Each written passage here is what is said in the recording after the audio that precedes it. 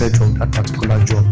We are doing this to help us reset our country and to focus on the 24-hour economy by trying to see what we can do together to make sure that the 24-hour economy survives and survives well.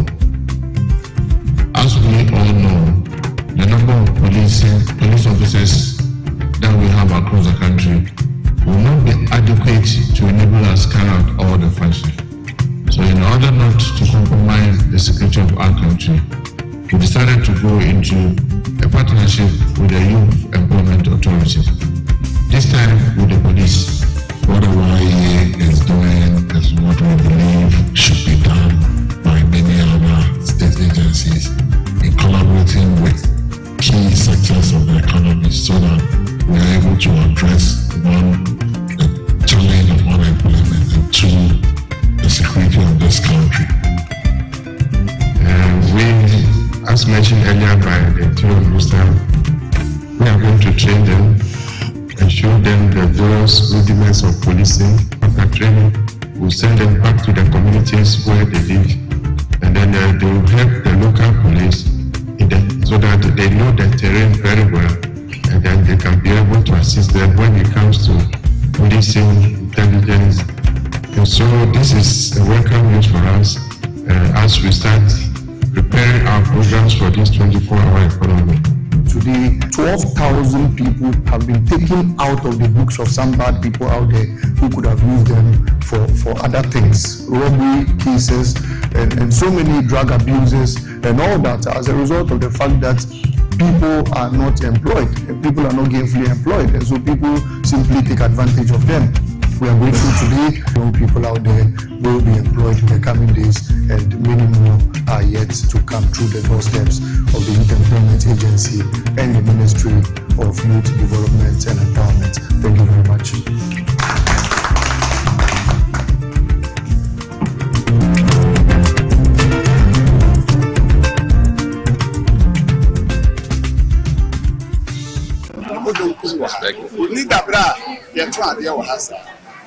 na yeba ahmachi bi a one ni abeduru ha ti ye ton ade a emo 7 no bia paki afria paki afria ni paki afria na ma tax force nesa na ma hwes na mo twa ticket uncha debi uncha ticket banda what in fact you have run 24 hours ticketing and the protection, the cleaning. And see how much you buy, catch your crop for no. Mufali da bakwana menu, no show me yaso. Marriage that I'm working. I'm going to take it. Then I am sharing on my own cost. Why? Oh, I'm never why? As I said, I don't give promises and I don't stand by the promises. Whatever I say, I do. So, what I'm saying is that this exercise is not a 9-day wonder. We are on the streets, so we make sure that the roads are clear and everybody will know that me joining with my brother here, we have done a great job. God bless you, but we are not done. The next 1 hour, we are going back to the streets. From here, we are going to we'll pass through where we are coming from, all the way to Second. And if there is more strength, we'll go to Carnation. Then we'll continue tomorrow.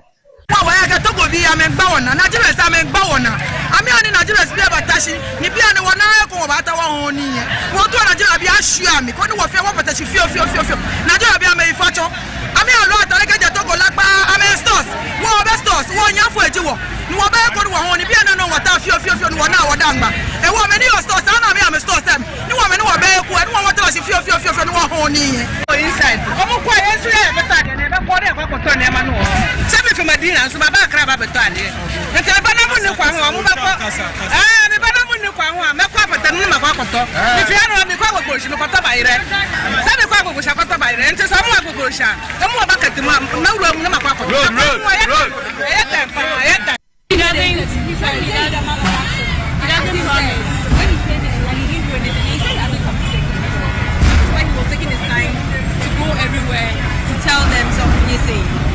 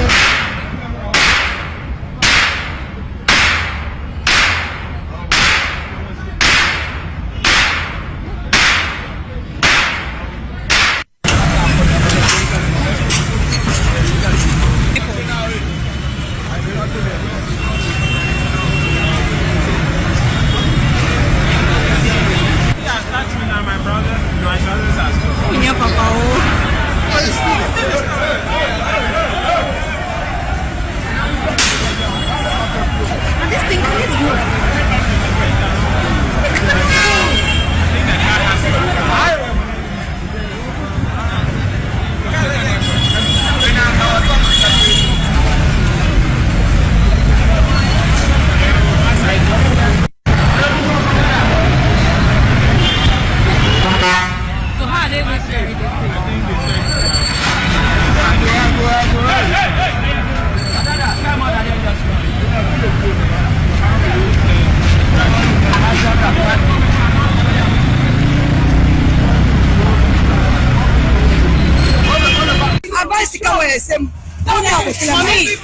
and Muba has said,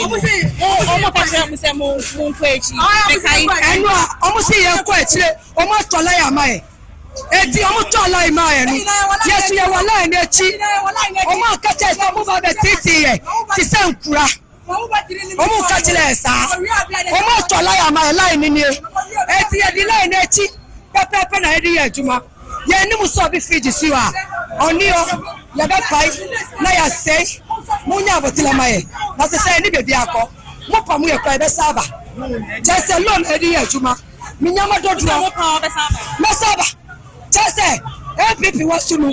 APP for no more pamu say. My baby, no yatina. My baby na atleti musumunya botila maye. Yakatilo. I want to say no politics. Musa no politics. Yakatilo. Ayaloska. Mama yasawe. Mama yes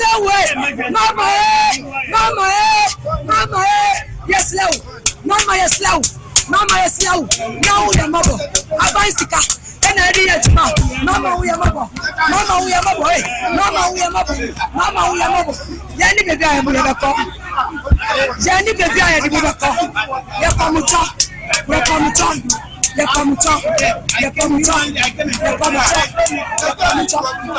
And from mayor no buy no cash say or bus stop on us. Or pay a shop. Yeah, the young few one. It's yes, yes, a penny because I was at the wedding. A man, it's on police say, a bedroom upon an answer. It's an upon a brand when a packet and money nana jum. A packet and Yamana jum say a packet and Yaman anytime don't see. I had the tables near Yaman to diplomacy. Nah, no, a before the upper had a some baby to you. It's almost some baby to animal. Yes, and I are coffee. Yeah, by that's up for now, buy some baby to us and marry a crab by I the police for by the had me now say, yes, say. Yesterday, I knew who say, I said a gun of us, I abandoned there, and Nigeria for there. Nigeria 1%, some people are saying, none their levels no much bus stop, none of the cars men night and FAC and Musi, as we move to a before. Bibia Musu say, Omam Casa Mucha said, VIP run iron stores as you don't mention your stores at the Endra, a mayor need any painting me believe say, Omo Mobile, some mobile to Manope, may an income for an hot shop. And Drano, Omo, Mimica and Anope, Omo, mayor be come because Anope mayor, I can want to pay Abahe. Mayor, new mayor, Anope mayor be and run a mayor bass. Mayor Stona, Endra, we were with the team, Endra Yabaha, and I can't remember say what he told traders. They say, Omuni men free has say. Now, or next time, next time, and yes, or on some country, Mayor Patchlands, and or the giant penny for be not penny for near and near better sites. They play here near Manopras or Tam near as. It's a year near Mandala, baby, I did tell you, why some better? I say, and car by you. I say, it's a higher bus stop, a hand come home. A child, more than open now on Muslim show, but to me, Papa. I want a party and never go. You'll be a man slap away home. 8 years, 4 months. 4 months, no problem. And this is 4 years, and every 4 years. Yes, and this for name. It's your my what's 6 good months. And I have for such a bay and I pavement. 50 years, I say, yeah, and I what's next. And I am here demand the sunshine, Ababa, the sunny young natures. One by your fair muti. One ever someone was I not the other. It's a baby papa or someone saying I will tell them there. What am I? Some of them no castle, no, I didn't say any say. I don't know why this says can now to school for no answer. Oh, we have to back with your social media for to Amba or by a metro. Anytime you say face mask, that be also no mask, and I didn't say. Make sure much they who are mobile for say, who fetch law, pavement is one of a shop on the mama, or multi problem, and a waffle not. The sanitation condition here is the reason why we are removing them from this place. The illegal electrical connections here, they convert here to residential apartment. All immoral activities goes on here. Hardened criminals are here as a transit point. Okay, nobody cares for anything that goes here.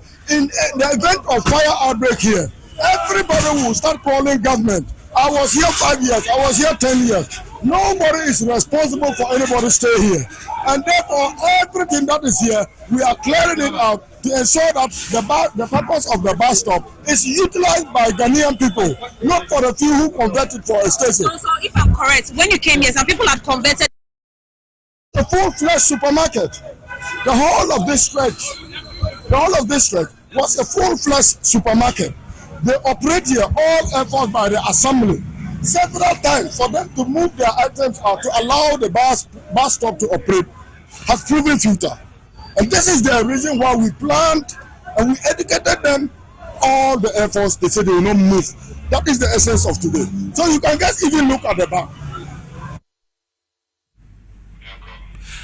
Memo akwaba at the Bat TV XYZ baby awa wo hwe baby aso wa wutie power 97.9 FM mama woso akwaba papa mo hwe wo online power 979 FM Sasuna TV XYZ Ghana me pacho bebre streaming live on Facebook uko YouTuber XYZ broadcasting no so betumi ahwe YouTube ebiom uko TikTok so aye ha obehu obetumi ahwe dwumadie bi edi amede so Nicholas ya Yawsom obetumi afra McKin the Nicholas mamemfa na sekese ma otwedi ampo nyankopon se we bie osunto krano na wama de pachi yen impo ewia beto me ne wo ba Accra make say insunu gugu nkakra krapa ma me huni na say showers of blessing cause enya bampa o mine ko good direction enti sa na tie bibia de dinsa ma me fa se da bi me wo ho ma ekukudama omukabo mu na omutumi kekan twetwe niema ekeka niema bo mu ema wohum TV so ofie wohum wo djumam baby a wo bia wo so wotie me wo power 97.9 kemu baby a wotie me bia no mamema ekukudami mendo mase omo na abo mechi dompa ma edi dwumedi bro Mr. Kelvin Asante ye the executive producer saso na ye ko MCR ye be hu Ralph Jampo ye be hu Abbas wo ho ye be hu Uncle Peter and Elder Peter ye be hu Osofo Alex ansana Mr. Emmanuel Nete Emmanuel Kusimu na omo wo ho akisi omo bo ye chi dom papa ye ba cameras a wo be hu Kofi Asante wa ha saso na wo be hu Francis menene fi sekendi takrade ansana wo be hu wo faweli ende wo faweli ache ni tuntum choso de mama me na mehwe ono so te ha nyeska de akodo phone enti de eteno no wo faweli wabɔ no hombody menu aba Elizabeth Tego ono so no wesiesie me amete yirawrew wo television so a wo hume enti be bia wo bia no get on board na yemfa education information a wo hia no yemfa mbro papa na ansana me pacho bebre ye be hye dwumedie na se no kasamfoyi na ye hu ye no obi bisa say ye den na ekoso wo Accra Metropolitan metro no mu metene say Accra ye nya new mayor 1 week 2 days na ma mayor no oye ne bradwe na ntiase so minim say ye mayor fo nkae no MC sene DC sene behwe so no mu say to sana moy ye friend no honorable Michael ni po alote me pacho dwumedi odi no no ye the new mayor for Accra dwumedi odi no bradwe na ntiase so enro mo hye decongestion exercise ase hackers omo kwa ho omo tena pavement so ye adwuma me pacho omo bo omo ho bodin yi sankofo ni na enro awia wotie comment anankofo ka nti Accra ye fesei sei na Accra te sana akoye tindro wa wo fa nkran wo fa makwala awia ho no be hu se hode mu sa nde so sa oma shase wo circle sana ono be bom akoka nation in important enti me pacho the vision a mayor no wo edema Accra no moma ye nyina yemwa no na sa vision ntumi mbrem honorable Michael ni papo alote yemwa kwaba ya yeso ya yese beta wachi titiru XYZ broadcasting power FM se wo pese Accra ye one of the cleanest cities in Ghana any wiase for any nan that vision no ye wa ha say be help that vision XYZ broadcast ye be boa any obibia na so gum so ano hwe me moma ye mboa no na sa mayi ontumi ma akra anye fe minim say MCs ahro various districts ahro wo no so omo so etutu sa na mo no ma akra e clean na duru bi na akra bon toto ebe hia se sa na mo ntunu ebetu se kasamfo ye hu se ewraba bi na okasa na osuni meka ho ade a enra ekobo mo kokko Thursday ne na omo ye press conference ye nyina ye di makotena na ye wo ho aye te mekoye enra kra me fe ne se me ye no ko wa na obi enka efa no seka kesi kaneshi ono omo kasa ise nyame adom ochino ye bom kokko ochina ende ye nyet se me ye wakra ochina ebebe yi mu nyina anti se wo hwe TV no omo kasa na omo kasa ade a san bo omo kokko ebi mu kra de enra na nde ye bo omo kokko nti se wankasa no waso ye den na wo ma city gas ne ba no mbe fa wo ne ma na ye wara because ebia when yama na okwaje obesan tue sika de ama Metropolitan city gas no nti moma yanya ade a ebetumi aboa na bibie etumi akonkan ya ye nim se bibie etena no emboa ya ye nim se bibie ayigina emboa nti moma yendi so saa na yema akra enye kama nti honorable Michael Nikpapo Alote yeta wachi boadwuma wate boadwuma akra mayor ye beboa ma oso eni so ade hu no etumi abem na bibie etumi akonkan XYZ Group Broadcasting. Yes, your family be a bed their support on a bed their support too. When we drawing for Executive Secretary Alfred Kwame Boahim Frimpong, Mumbo Juma, ne or Mumwetro Wesiane, Metropolitan Assembly Fudina, Yatamochi, Yabaya Juma, Nabibia, it to me, Ako and Kai. With the monfeng chemi inti the eternal aha now and that's so say the apex court of the land make the apex court of the land and me the Supreme Court yebeka akaya nkukuo bi a omode omasem ko pray Supreme Court yes here from Center for Citizen Constitution and Electoral Systems ade a omode ehye koto so Supreme Court say processor ye maame a oye her leadership tokonu Gertrude nensema anase niema bi a waya entumemboa nensem fata say Chief Justice bedu sa na mo no ma say ompenifo hwehwem na maame no yentu no ana yenyi no mfi akonya no so dwumedi a wadi bebre ho a enye no sankofo a mebo mu din ye from Center for Citizen Constitution and Electoral System see omodo ko say omo pese omo siw aban no kwan ana omo ma aban no kwan ma aban no sebewa oma committee hwehwem na yenyi maame no eto emfi Chief Justice akonya no so nti omodo kopie mu na omodo kopie mu wo the highest court of the land me che the apex court of the land Supreme Court no and ma ekoye ni 5-member panel omotena asam no so hwe acting Chief Justice Paul Bafuboni saso ono na preside Isifu Moro Tanku Amidu ono so ho Yoni Kolendi Henry Anthony Kofi Ansana yaw asare dakum kuku dami na tena asem no so na omotena asem no so no mekosi ye ne se sa injunction na omode kwoto so se ye ma ho kwan maame no ye nyini mfi ho no ade a omobogu ye na 5 panel no omotena so no ade ne kwaye 5-1 against nkofo omo ye omadwen se omo ekosi kwan ma ye ma kwan maame no etumi abaye anase ye yi na fi ho no ade go against them nti Center for Citizen Constitution and Electoral Reforms no omasem enkwenkwesi aga ade ande enkwenkwesi hwe nti mekoso wo koso wo Supreme Court no 4-1 ade no koye nti mekosi ye no nti 4 no chere still no asem no koso na yendi na yehwehwe maame na asem ano no pese o chere se nche yembongo nti injunction application enya de Supreme Court ende omudi ye adwuma nti ma epiemu eno no na ensam na ye kana bebre bi nti ase no ma menka bi nchiro Chief Justice her leadership Tokono Gertrude me pacho bebre oni 49 judges muntie ni yo 49 judges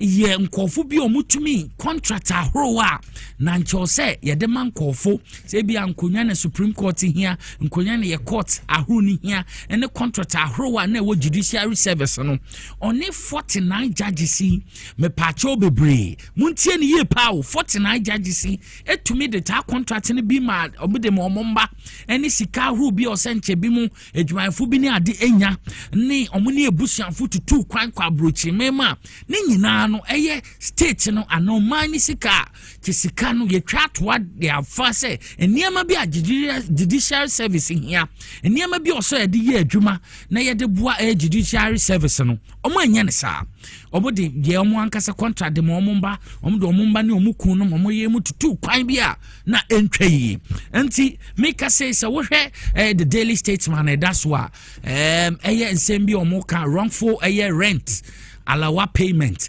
make us say Chief Justice nankasa tokonu oni sa 49 judges see oma refine sika no woma refund sika no de aba 118k Ghana cedis into oma refund sika no say sika ne de abo into monje into we Ghana ne na wutie mi a metene say Chief Justice nankasa waje no mfom so atuma hu say no kre wagigi sika bi emboa ne kre oni justices binti say ade sika no omodi aba sika no omodi aba na sika no omodi aba no we na che say maame no sebewa waboman maame no sebewa waye niema ehia maame no niema bi a waye no embonti Ghana fu His Excellency John Dramani Mahama say ode ensem ane ma ekoso no ode ma committee say monhwe so na maame no asa wafom a no. His Excellency John Dramani Mahama mfa ne pe enka nche Ghana fo se maame no meyi na di committee wo ho odi amomo monhwehwem se maame no se bi wo odifo a yema ye hu se odifo na yempam no odifo so a onsan befa na konya embetena so enti ma epie no ewe ya Ghana ni a se se aye justice si maame dan no omaboye krono na krono omoboye no ono na 118k Ghana cedis sika mo odu omodi aba omodi omomba tutu kwan ansana contract ahoro so omo ankasa de mo omo ho eno na abedem no nti mbra na ye adwuma se sia adom diska na ba ya maame na waje no mfom so atum ncha mo beka ya asemi ba ye de kodu bo no kan se o momoda so ye se ode saa sika no ode ba nti ensama no so akoso ho ene na Daily Statesman so capture ya ye say edaso no na ye bedi nkomo afa sesia no man Ghana yede na ye nyina ye di adanse na ye hu ha wa Ghana yede obebisa se Ghana yede efede hu ye sidi na hyase appreciate na ma sidi na appreciate na bradwe na ntiase so sidi na appreciate ye papa na Dr. Mahmoud Bawumia no good for oily we kwagina brochi memo Dr. Mahmoud Bawumia che yenim se 48 wo befa mu suade na sebio atrosema na wudi ensama wo ka enim eyina no wo de asesan wadwen na wagya atro no Dr. Mahmoud Bawumia san kwagina abrochi memo na lectures bi o kasa so the good for oil policy na aboa nti emfa credit na man ebe Dr. Mahmoud Bawumia we abofra kura ya won Ghana ha otie meko bia oni meko tro na woka good for oil enkwesi hu menu na ye nim se yenya finance minister ni deputy omo bo adwuma de bo man no yenya governor of Bank of Ghana no so oye adwuma ansana nkanu PMMC ana gold board dwumadi omudi ebra dwene ntiase so ora same jemfemu sesia no so wo koto gold a me pa cho sesa na Ghana city for koto sa majesi omude begu hoi na etumi aboa ma me pa cho bebre oma no yesika na hyase appreciate no it's Dr. Mahmoud Bawumia ko gina baby so wo experience bi against the dollar no na why magic we Dr. Mahmoud Bawumia trokese tromotro tromotro sasemi na wo ka bia no kura bia nim moma yanko na yanko hwe video no wo sasem no humbra. The appreciation of the city that we have seen recently, I think one of the things that if you ask a simple question to the NDC to point out exactly what policy they have implemented that has resulted in the appreciation of the city, they cannot tell you one that has been implemented, not sort of talked about, but actually implemented. They cannot tell you one such policy. They only pass their budget in March. They've not even issued any contracts and paid for anything, pretty much. So you cannot ascribe what is happening to the currency to a policy that they have implemented. There's no such policy that has been implemented that has had that impact yet. For me, we had anticipated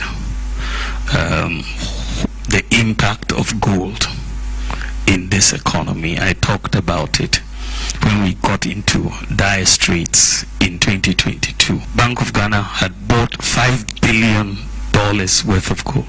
After all the noise of the election, people are paying attention to our reserves. That is one thing, which we have built to 30 tons. Secondly, you've mentioned that the US dollar itself is on the decline globally. And that has also strengthened. If you go to Zambia, for example, the kwacha has gained a lot of ground also because you have the US dollar declining in value because of what is happening in the US with all of that. So I think those are, and then there's the third element, is that they are not spending. I mean, if you are managing an economy, you have to pay your bills. They are not paying IPPs, for example. This is why the doomsday is so acute, and they are not paying contractors. So when you are not spending, there's less pressure on your currency. So those are some of the reasons why you are seeing an appreciation of the currency. Yes, Excellency Dr. Alhaji Mahmoud Bawumia, a former Vice President the ma Oman Ghana, and when akurisem ni atro odi. Dr. Mahmoud Bawumia, ansa na MPP befi akonya so. Nesika ni 17 cedis against the dollar. Now when Ora Sami Jemfi ebisa a simple question. Ebisa say, Dr. Alhaji Mahmoud Bawumia accumulating physical gold reserves with a dollar exchange and a dollar to CD exchange rate of 16 Ghana cedis. Ebiom, webisa say accumulating a adequate forest liquidity through unprecedented gold export with a dollar to CD exchange rate of a 12 Ghana cedis and 12.2 cedis Ghana cedis. Where a simple question or the ebisa no. Dr. Alhaji Mahmoud Bawumia, edi etrono no yenim se wenya 38% anche se siano woni baba fom na che se Alhaji Bawumia e kase akohwesam ne atro na anim ebesi sei yeni ha no mo baaye 2017 month of March okache ye se wa local dollar ni diki na koma then IGP apietu ana Ghana fo monkai MPP fish na ye 17 cedis monkai MPP ko na ye 17 cedis. Enti se Dr. Alhaji Mahmoud Bawumia beke kasansem ya. Wodwen ho a wonti ase. Eno na Mr. Sami Jemfi so oye write ups kakra de to ho chere se. Enti danete owura Sami Jemfi ebisa no sa question si. Se Dr. Mahmoud Bawumia ma wo kan na ya tro. Enti jai ma mo kan no e measures apapa na omu de gu ho. Owura Sami Solomon Owusu, Mr. Solomon Owusu a member the ma movement for change. Okotena TV3 Yenianum TV3 anapa program edi omudi editu dwa kan say odwen ho ntiase sa Alhaji Bawumia sa na muntu otu no kasa sidi na appreciate no ono no measures odugu ho na aboa moma yenti onombra yewi asame demfi aka say be ye de ono ato aso. I have no difficulty praising this administration if the dollar is stabilized. In the same way, when it begins to rise, I will come here and then bash the governor of Bank of Ghana. So I don't have any. In any case, I had the former flag, the flag bearer of the MPP in the last elections, Dr. Mahmoud Bawumia, says that he hasn't seen any policy that must solicit for any applause for this government. Not doing anything is a policy, if he cares to know. If you decide to come to government and one of your strategy is not to do anything, it's part of your policy. Policy not do anything. And if that one alone can bring the dollar down, then it means it's a good policy. He that was doing things the right way according to him, why did we find the dollar? 17 cities. When he's in opposition, they will be giving us lectures in economic matters. In government, he says he's an IT person. How can we be treated to this? This is not fair to the sensibilities of the people. Government not doing anything is a policy. If he cares to know. If you decide to come to government and one of your strategy is not to do anything, it's part of your policy. Policy not do anything. And if that one alone can bring the dollar down, then it means it's a good policy. He that was doing things the right way according to him, why did we find the dollar? 17 cities. When he's in opposition, they will be giving us lectures in economic matters. In government, he says he's an IT person. How can we be treated to this? This is not fair to the sensibilities of the people of this country. Yeah, Mr. Solomon Owusio Kase, or MPP ni mapa. Enyama baako e so a movement for change odima kwetene. Enti ono no Kase, ono wache se Dr. Mahmoud Baumia de bia lecture se kai 2014 oye ya de bendwe ma omuna nanim gu ase ne de endi sabanya ba tutu niam ye obeka kire se ye friend sen ye mbo wabaso. Now, His Excellency John Dramani Mahama, first gentleman of the land, okopie mu a European Union Business Forum. Ase.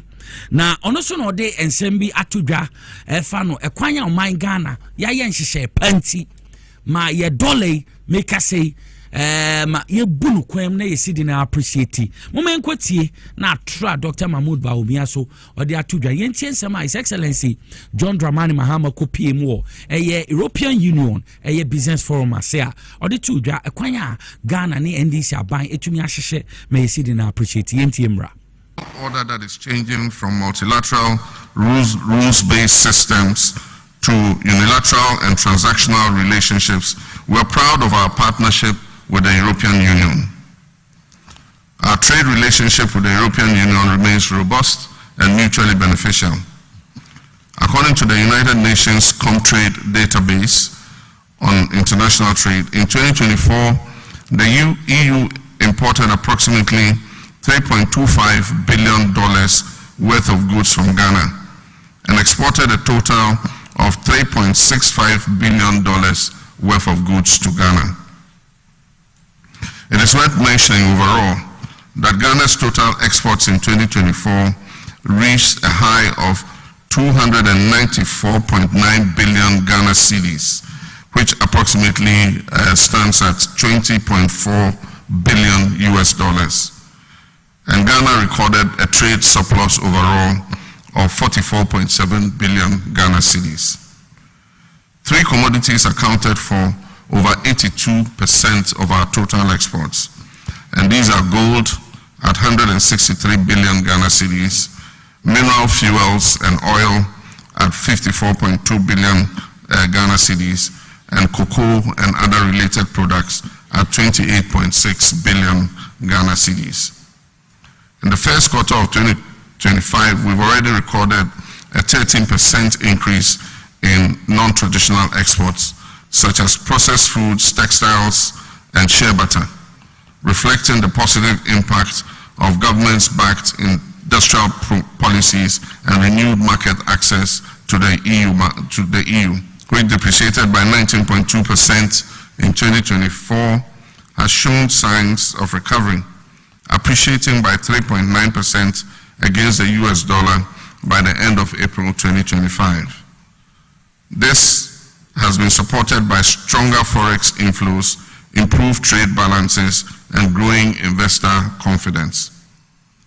Our gross international reserves have improved further from $8.98 billion in December 2024 to $10.6 billion by April 2025. This is equivalent to almost 5 months of import cover. This reflects enhanced export earnings, particularly from gold and non-traditional exports, as well as timely disbursements from our multilateral partners. Fiscal consolidation is underway. We reduced the fiscal deficit on commitment basis from 7.5% of GDP in 2024 to 6.4% in the first half of 2025.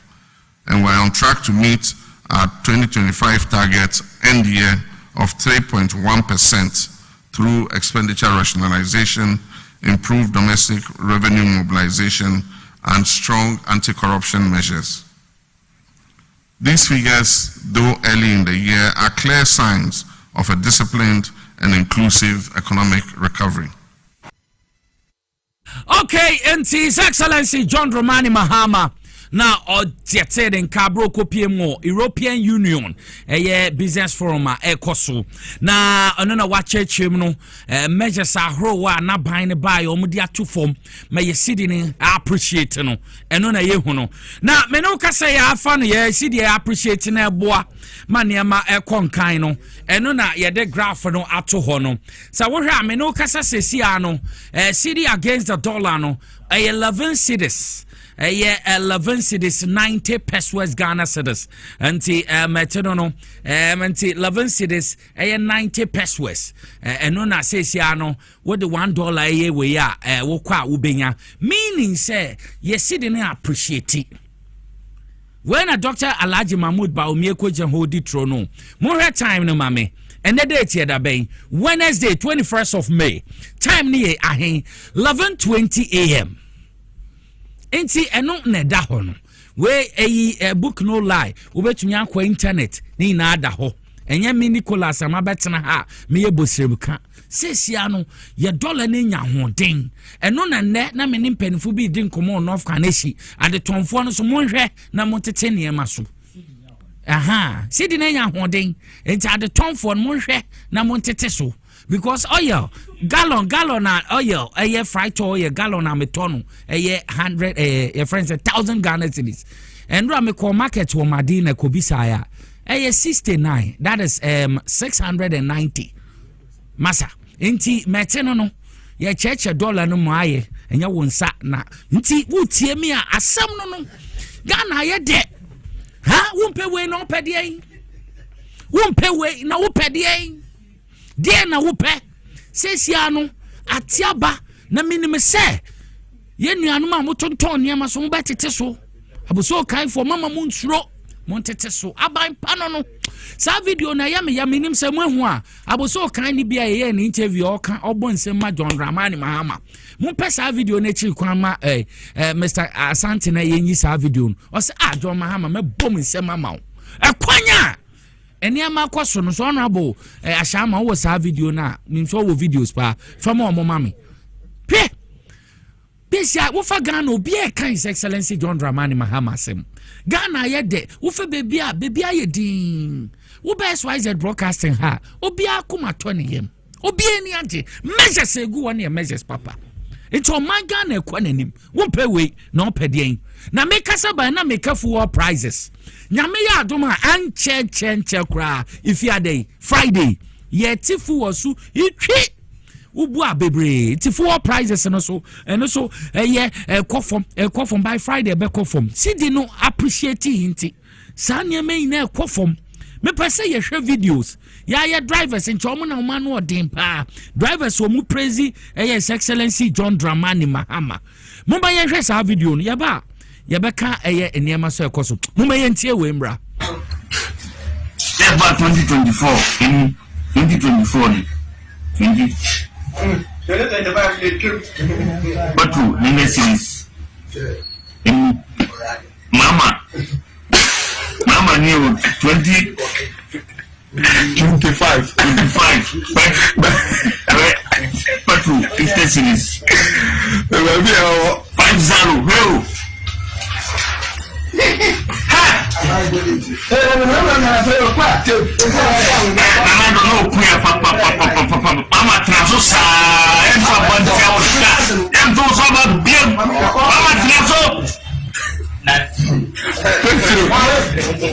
What's your headache? Say no, we do 5 in the cities. We don't fool. We have no business to do. And this is and Baba. Hey, Kogu. Any blabble. The very administration class and to us. MVP before name. If we're mistaken, MVP. MVP.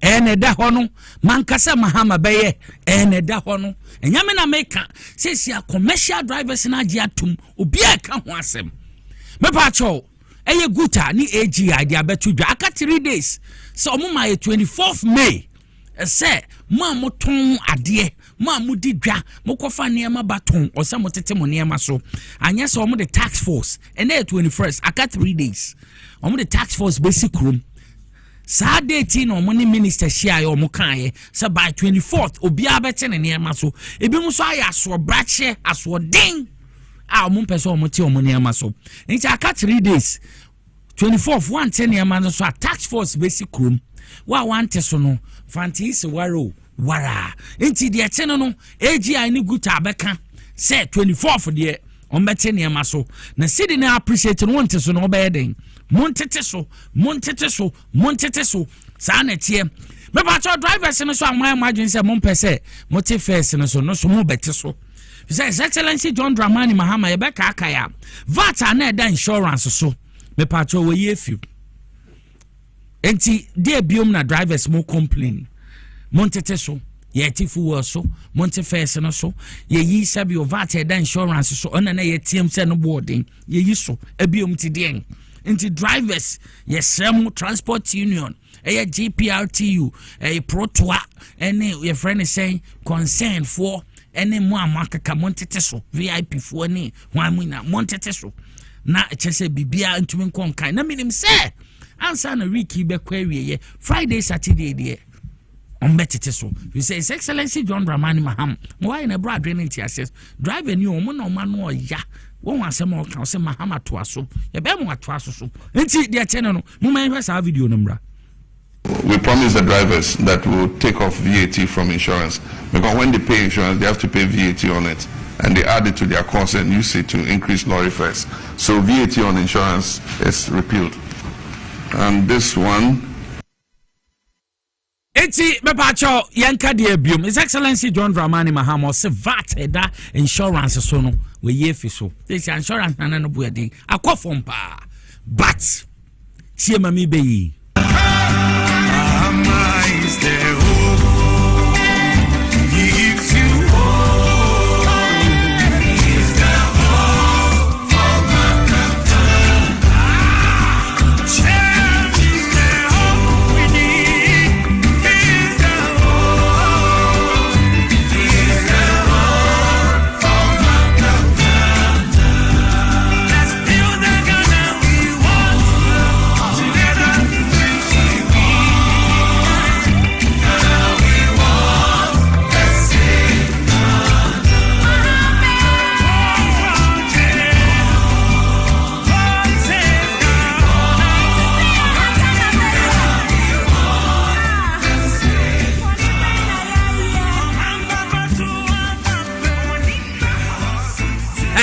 Muntubi. Mahama is the hope. Mahama is the hope. Ma muntieno. Enye ho. Mahama is the hope. Aha. I abikechi be for no. Omu 38 for no. Omu to. Enti omu say ho. Hope. Mahama is the hope. Mahama ni need that swore. And you mean na boni biom no muntie. Yes, Mahama is the hope. Gives you is the hope for change is the hope we need. Enti adiatenno Mahama is the hope. No correct only you need as well. His Excellency John Dramani Mahama baby a wo bia ne de bia me kasa mesra empaibo nyame ma onyansa ɔma wadwene ɔma nkwatenten ɔma yareba bi ankrɔse nya hoden na wonyansa ne nimdi a wenya no febo ɔman Ghana because wama yehu sɛ ɔman ɛde na baby am kase sɛ MPP for amanti yehu sɛ Ghana say neti enti sɛ mutie mi Mahama is the hope ya bo obi antie ne yi bi mu ntume sɛ ho sɛ ɛyɛ hope Sana te Mahama is the hope. You need a swan no. Dear Tenano. As yet Bessie Nayakwaba, make out say and that's so you will read the Edem Waha. The Shabrasas and bidding commander pa. It's make us say, your friend is a Yabako, power specialist about hospital limited. Mamma Kofwa, or Henny Yere, Duaya, or Yadu Yendru Kamapa, Livo Kene, Eskemo, GKG, and many been no frame, none of home print across him. Sana say okoji bi so ampa Heberton edu aya hebo ansana kalaka you and so you better for typhoid okay baby Adrian power specialist Heba Hospital forever young doctor bibia on point your friend Dr. Heneba mekan over to you medase abusia yamu akwaba power time bre aso power specialist Heba Hospital. Yadin chef ya Dr. Penya or the hospital and Dr. Akosia Edu Ayaho. The mobibia bibia ojebre na oshe power time. Debi ensema yeka ayaba kope. Yesi adansi die papa enkrofodi fa power on TV so radio so internet nem yahodo no wonso be ka adansi di for no bi power specialist about hospital. Dodo no afa yen last stop yo Kumasi won cry na yewo takra di Kumasi wo fe yase ye ni Jasper Flint station di enhwanimu wo aputoja contrast kwan so Lake Road na yewo akra wo kwabenya ACP kwan so ne bro factory no edi enhwanimu na fe takra de wo Anaje Estate Customs Road ye ni single washing bay no so di enhwanimu numbers no ayemiensa wo de afamu bia ofra branch na ebe on ne ama direction abaho na wabeje wayaresa numbers ne 0555 79 78 78 0200 38 38 31 and 0244 54 44 22 Monday to Saturdays any day ye juma Sunday penda ye juma even holidays ye juma or your branches in nyinemu na wo ba lab papa bi a wo hia se ma ya no be ye de mfidi be hwehwe ni paduane mu so hia se ma wo trust count so hia se ma ye x-ray bibi biara asase ma wo ye na ye hu de ekoso ni paduane mu ne be ye ansa ne de dru account obi aba power hospital bi e de dance se ye hospital wo so wa anya lab a ye ma wo dru da bi Certainly, something back up be abacano. A be a name between the same symptom about a dozen. Into attack us a year treat just symptoms. Yet tackle the cause of symptoms. No, yes, I dear it was here. Yame am a doctor, cause I do I have a pure hair bar. And I desire dear to us. Into fire then ma now on some fan court the brother. I dear be a hobia. Fabra Power Specialist about hospital. Yanko pardon Ayaresa or at the amount. Obi our power time summits what testing hepatitis B positive. Saya de we ade bia wiase nyina se eniaduro da bia mekan mani age se Power Specialist Seba Hospital edini ya ba kopɛ Power Specialist Seba Hospital any hospital ba kopa nyankopa adom wama ye duro a ye de saya de we etu ase ye manage ye mbrɛbrɛ no ase ye ka ne se wa dansedie ye woni pa ebetimi de ensa atene mu so akasa se nipa we na o yare na etu ase fini mojam award ahodo agene Ghana hani amano no edoso one over US, one over UK, what's some Madisha Majin no Sandy Womo, and the results of Papa, and then Sidia Papa, who would and Yasam Katoa. Who bought Crow Ghana, how boss, Minuabu UK, Minuabu, or no friend, make a chance, Mr. Say, or Bahano, you do a descendant and Wanyana Yarisa. Power Specialist about hospital. Yes, hepatitis B, dear, the master, a power. Say you Kunusaya or Yeresaya, but say you nearby. So I tested positive and shut them in soon, Miss Row. And Quatra baby and Quasawa died. You know who saw now your friend now hono. There be a say, and son about so your friend now hono. Let's live on a city say your common. ente ne ya wo hwe power time ne ya wo say what test positive ene ya nkwaje ne ya resta bread ma so betu anamon about power specialist about hospital ya branches mu bi ya Kumase Enkran anasa ye takrade ya na otenka sa wonfe ene wonfe aya wo ya wachika se mututu ya de kakra bi na wabre brebia filise hito ni padua ni mu ya na honam hyehyew honam kekaw wutumi tete ho saa na honam nyina twetwa wudede ketua bi na yefuna hye na ayekutu sesi amno kasa yefuna hono wani aye very yellow yeso nya jaundice woni padua ni nyina wa ye hoya wa no nyina aye yellow so akwa scan so akwa hospital yese wo fatty liver wo liver enlargement wo liver cirrhosis just our brebo no ayesrade fatty liver but what dey so about power specialist about hospital and you actually baby abehia ye do we bibia edu aya liver care edu a saliva no yade saliva na honho no saliva na chenchene saliva no ayesrade so onya edu aya liver care ni bia ebeboa apepa ni nyina ebeboa asaliva no yade ama liver na nya hoden na afi de abo adwuma woni padua ni mu ema wo liver enhonho no ema wo liver no ensai na enku obo akra be ye no scan no na osawa ascites chese ensuo satan na efuru no mu baby esese ode oni kire eye power specialist herbal hospital Kumase Enkran anase eye takrade wakoye scan wako hospital yese wo kidney stones anase wo kidney stones sa yade o yade be se ekona nim ten we nipa be se 10 scanner wanya kra ne be se 5 anase 6 oni kidney stone na o kidney stones misro uchi efom ha wo lower back ho aya wo ya ho hyehyew wo ya de kakra bi na wa bre ya na ona sinyina ta bade badnya ne no nyina ho no misro kidney stone as a kidney stones Fabra Power Specialist about hospital we ya bema kakra bi na Johnson de wo kwa ketua bi na aba wo chima ansa na Johnson aba bema bi Johnson wa yire no ho dendende Johnson aba ne bema mo ya ne ya ne bema mo hyehye no Johnson we oten kasa Johnson bi akam wo Johnson we ne moja di akiri wo kra Johnson aba ni nyina moja Johnson o chima ansa na aba Johnson ta na yase ama na yase aya ne dududu na yase aya ne ya nyasam ketwa misro entrata home fa roba nkwhye obemam to make Fabra Power Specialist about hospital Kumase Enkran na say yetakrade number senior 0555 79 78 78 0200 38 38 31 and 0244 54 44 22 Debi ameka say anya Johnson tentem bia na ye diabetes debi ebetima your prostate ebetima your bladder that is cystitis ebetima your urethra na so urethra bia your kidney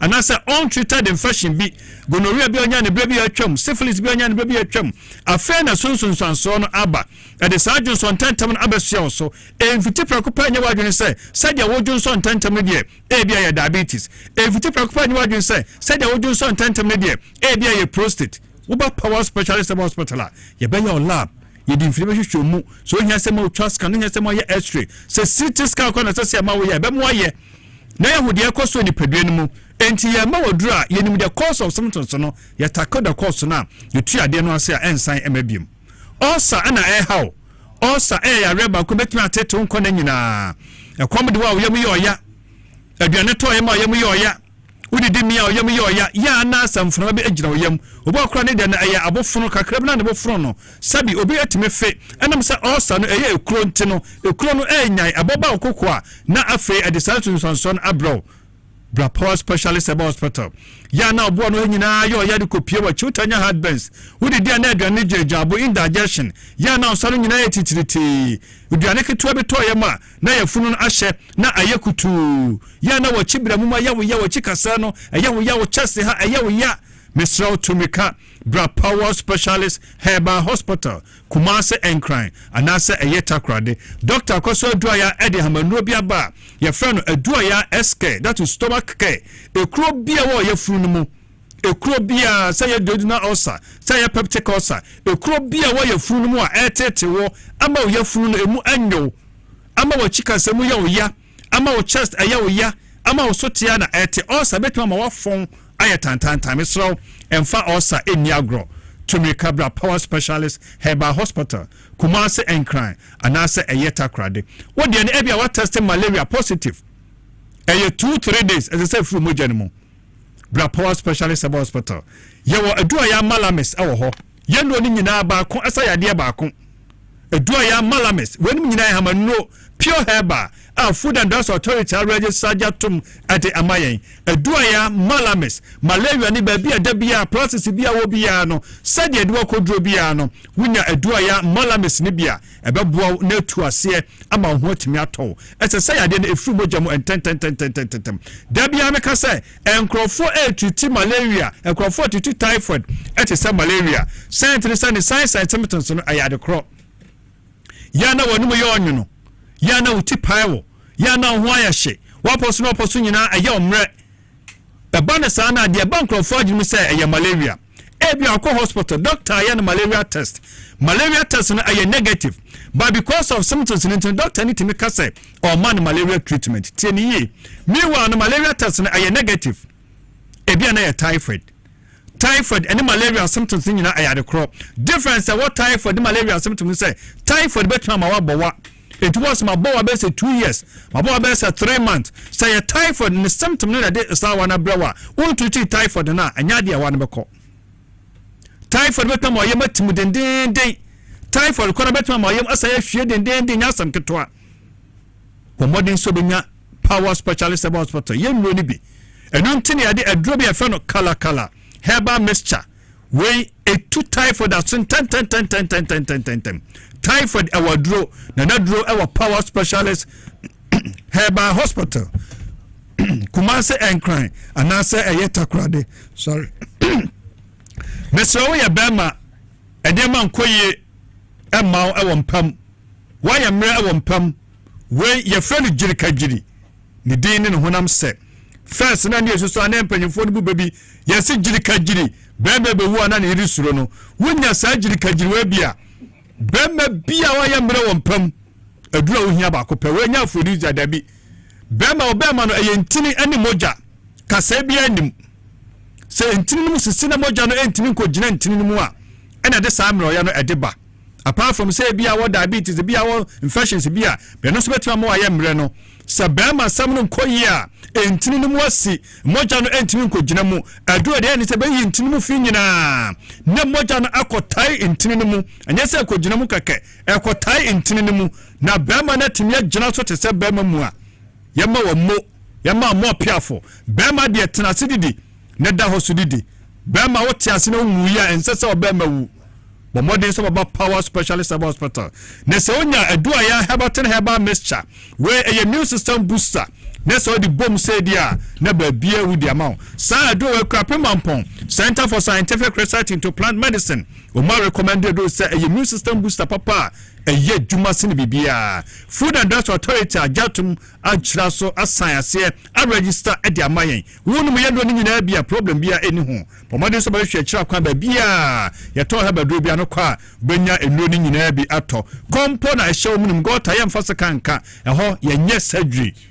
Oba mu odu ebe na nyina ware fa mo pa wo da bia ma no na etinisuo e ma no na etu anamo sa wo ne ma no de pressure na e ma wo mu na so na ma do na wo low sperm count emfa ho sa ho ode ne wo mpam rounds do bia wutimi ko na so ba ye semen analysis no na sperm ba kokura na woni bi oba power e be hwe bia problem no ne etimi aboa beninti ye de besia de ka chon say ya de bia titu bia no a ye ntimi anka ho asam no eno nche se enya ho adwuma ye wo kumase won kran na ye water cry de kumase wo fe yase ye ni Jasbo filling station di enhwani mu wo aputoja contrast kwan no so Lake Road na ye wo akra wo kwa benya ACP kwan so ne block factory no edi enhwani mu na takra de wo Anaje Estate Customs Road ye ni single washing bay no so di enhwani mu fra yen 0555 79 78 78 0200 38 38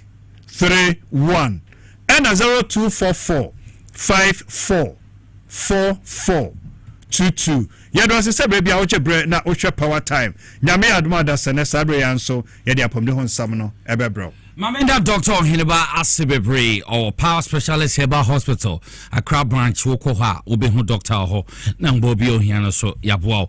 Baby Adri Enche, Yabet Jin Kunya Atsenaso, na Yene Uradeledem, Yenen Edin Komo Ofi Eye Minerals Commission.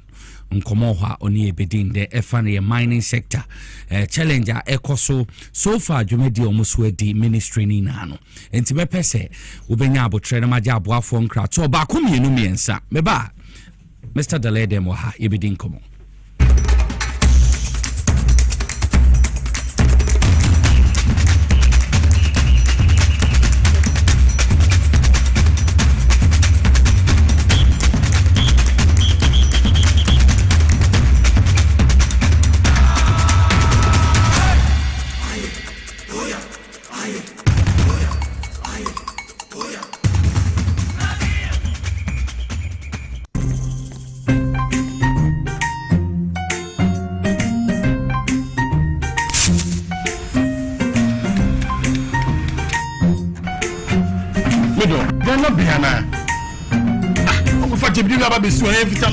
baby shit.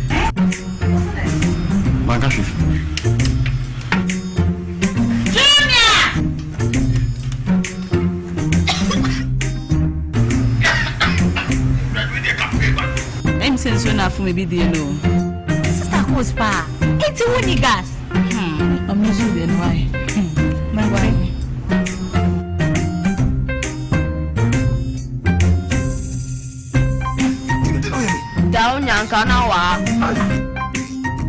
Sister Coos, use gas. Gas ye fast, ye easy, ye convenient. LPG, let me see your hand. Hi. Now let me tell you about Safari Valley Eco Resort, the first of its kind in West Africa. Upon your arrival, you are introduced to a butler who plans your itinerary. We were surrounded by wildlife from the moment we entered the eco park. So many activities, all in the same premises. Visit the gym or the stables, they have it all. At my break, I'm able to practice my putting. We also went fishing on a man-made canal. Our tour guides taught us so much about the wildlife and how to interact with them. They used only electric vehicles here. This creates a serene environment. I'm told it's over 1,000 acres. My cabin here sits on 2 acres with a large terrace space overlooking my private swimming pool. Now this is royalty. They have their own farms, thousands of fruit trees. I can also have my lunch here at the waterfall. Quite a beautiful place you have here. Visit Safari Valley Eco Resort in Ghana, bringing you closer to nature.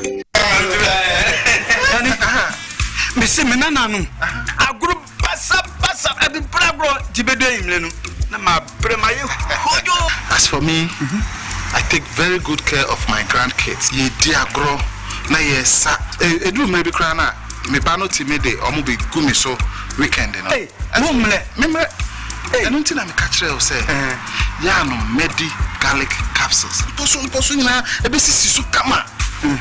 As I stand here, my doctor said my whole system has improved very well. Medi garlic capsules. Yes, Medi garlic capsules. With the Moses garlic capsules, Black Mamoja didn't put animal a full sunny ye. Now, a CC or Barney Berima, Mahona Warding. Ubinya a dweeby ato, a monument pharmacy store, Trayo 050 349 4885. A dweeby, a young mama fra and yending fear doing, a pen for, any a ma a man for. With the Moses, who need how FDA adjudicating Kratui Atu. The serene environment fits into the goal of the school, which is simply to provide excellent educational foundation for your ward's development before they commence primary education. At first glance, clearly you will see why the school is called Hebron Hills International School, as the building stands tall overlooking town. With a Montessori style, we have experienced and dedicated staff and trained teachers. Our small sizes classrooms are meant to enhance teacher-focused approach where children get one-on-one attention from the teacher. Hello there. We are open at 7:30 a.m. and school closes at 2:30 p.m. After school care is from 4 p.m. to 6 p.m. while early drop-off can be arranged as past 6 a.m. Hebron Hills International School is located at Midye off the Nsawam Road. Locate us with GP postcode GW0688 Ga West and GPS code 06884870. You can contact the school and make further inquiries on 050-876-2375 or call the office directly on 0302-918768. Email us at hebronhills.school@gmail.com. Hebron Hills International School. Excel and shine.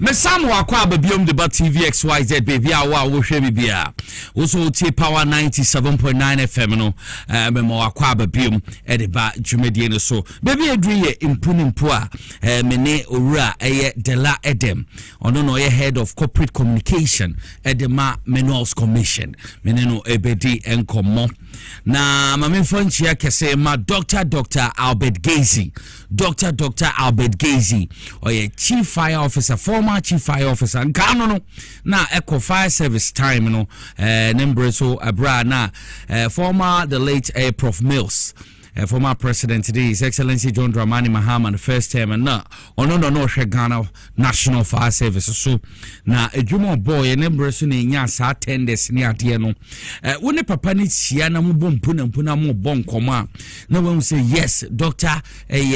Gazy ade Albert Gazy owonimdie papa na wabiri we na metoto asem penifo say sa papa no adwen owo no ni nimdi owo no enye say ye man kwa mo de tena fie enti say the Ghana National Fire Service board bia nya papa wo ha no so no betumi ni input ahoro de abo me ya reset Ghana yi enti eya na penifo akai no Dr. Albert Brown Gazy ye cheche papa baby owo bia ni che woni ebusuani na baby a ye du de ye bedin komo na enkomo no ye ne owura eye Dela Edem ono no head of corporate communications edema Minerals Commission empu ye wi a ye bete ono abo Daniel Kosi Ashama isonka wo fidwem hanti mama eye owura Dela Edem akwaba owura Dela Edem akwaba Nicholas Mejoso na bibi abokoze na mi adom ya huye na say na ye pewa nso edwuma nti na omo kwan ebe frɛ bia na western na wonam ha onye easy cry it took one bad ebe no ye de edwuma ni na takra dem fantina be edwuma ni na western region ti na yeko western na yeko Ashanti okay nti oye mining communities virtually nti ye hwe se nyame adom ye guso ye edwuma ye nti maybe so fide nipa bebre na Minerals Commission and then educate ye kakra Minerals Commission and kase de adwumadi no mudi me da se bebre ye menchia ahwefo menchia woni mapamfo no madwuma moye ebomu nyina baso am se yeto abawie mentumi mba ha enti ye hwe adwuma mayama Ghana ayama NDC no ene wo mo hwefo nyina no aseda kese ne yesi de mamoniko mabo adwuma da mu nyina ase na yenim se in due course you will get the needed recognition which you deserve ya damasi bebre ye can Minerals Commissioner ye mandate nyina ne se oman Ghana ha ye we ye na ye hwe ema license ena ye hihye emra awo wo mu to gold diamond bauxite anwea anasa enchene ebi also wɔn a wɔn pae aboɔ wɔn nyinaa yɛma wɔn license nti yɛma wɔn license ni wie a yɛwɔ mmara a yɛde yɛ deɛ wɔyɛ no nti wɔn saa nipa saa mmara no a ɛyɛ sɛ wodi so no yɛn yɛde regulate yɛ we are regulators we are regulators of the mining sector into whatever form of mining a wɔyɛ sɛ ɛyɛ anwea anaa ɛyɛ nkyene anaa ɛyɛ sɛ aboɔ na wɔpae anaa sɛ ɛyɛ gold na wɔyɛ anaa sɛ ɛyɛ bauxite manganese lithium any of the minerals no yɛn yɛhwɛ so yɛ ho mmara ɛma wɔyɛ ho adwuma. Okay, inti Mrs. Subium, Mr. Daledem, no, head of corporate communications, the Minerals Commission, one-on-one, Menyan Hua, Yeneno, ADM Comoy.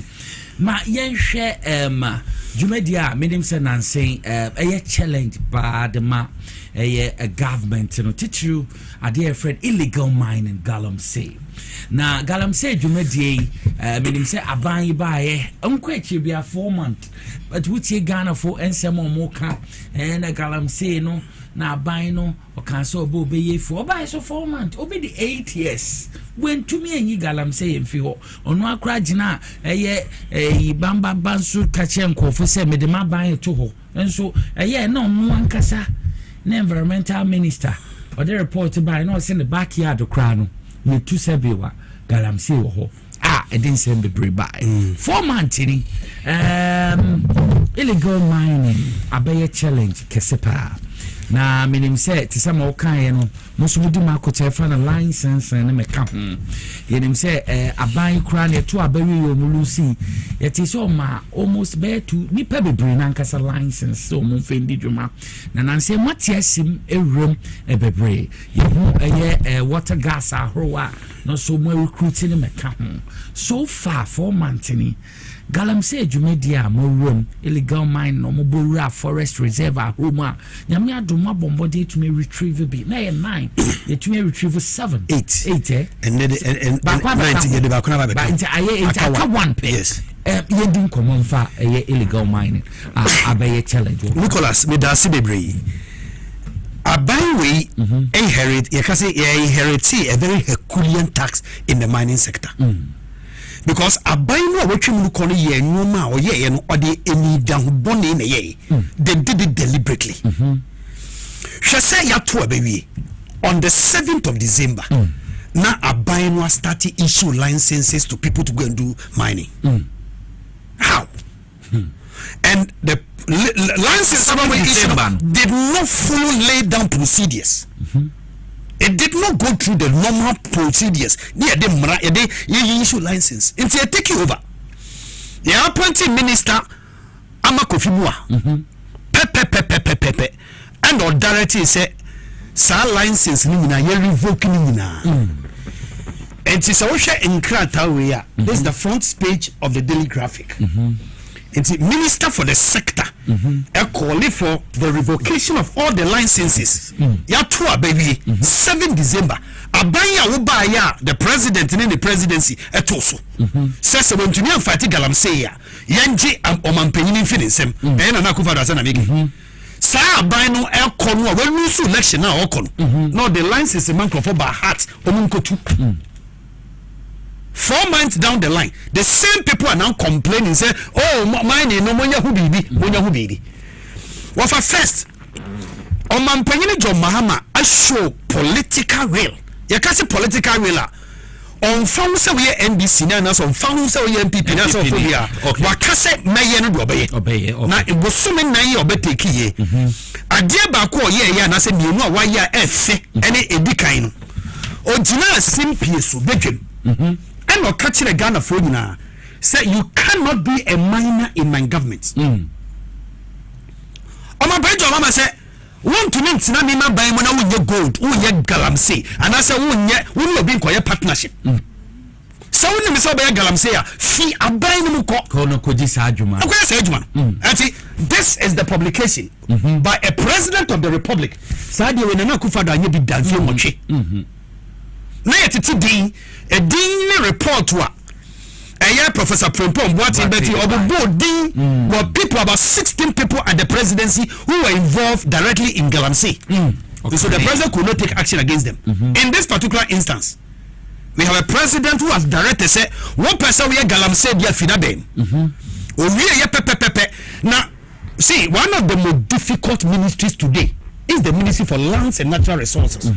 Difficult because fighting galamsey is not. It's difficult. The president sat down carefully, and in exercising the appointing authority, decided to give the nod to Ama Kofi Buah to be the Minister for Lands and Natural Resources because they share the same aspiration and the same goals. Ama Kofi Buah also believes that if there is a job to be done, the job must be done and done well.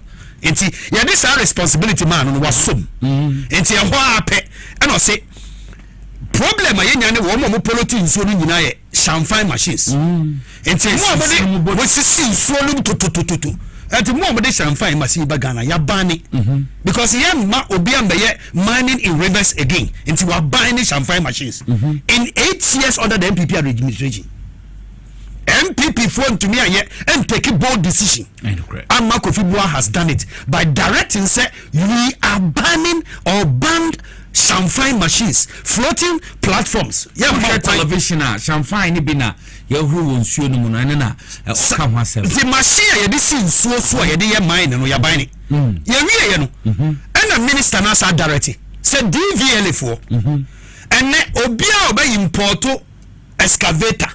Ediaba port biano onye do port we bia yen license and say ye call license excavator no you know the owner of the excavator. Yes, and see under the MPP administration 8 years obi to me the excavator ba not the akoko forest not the opia no ye and next so the excavator ba ye license or DVLA into one call license one. The owner said the owner near the la Edem and I said Nicholas. Mummy and I would say excavator by. It's a real excavator we say forest here we can trace the excavator to the owner at anywhere. And see that is what we have done. You're free and also. And the minister can say you better recruit river gas. River gas. Okay. Now Blue Water Gas Initiative no here. Oman penjo mama can say oba bua me yensu na ba be blue. Into your buy and a minister directed say recruitment of blue water gas. What him said the new patriotic party MPP in another time. Or ye be more by marche cry later name some continent if ye whom ye be a graduate woman to Yamuchi. Adentia. MPP phone to me and say. Sometimes ministers and appointees were doing the galamsey. And it is all for be some provide surveillance on them. It is on Henny. No ya galamsey no one away exposing water gas. They were doing it. Oma yejuma. Into this time, and they say, "Ye fam ran ma NDC yes from." Thank you. And now ye fam ran when they do Minerals Commission under the tutelage of Minerals Commission. They say they are workers of Minerals Commission. Okay. It's a Minerals Commission. The chia womuka. Okay. You register as Senate contributors. And see obia ye fan as Blue Water Gas biano. Yamau Senate number. Okay. Mineral Commission pays you every month. And so what we do, they say, well, Juma Mube anything. What Juma say, Yanka say, ye de 2 show woman say, woman konkoku, baby. The air say, ye creative BBFN operational centers, and ye this soldier for a go. And ye this soldier for be a goon so no, but in Sunu Ewa. In Sunu Ewa 30 to 40 kilometers away. And you are.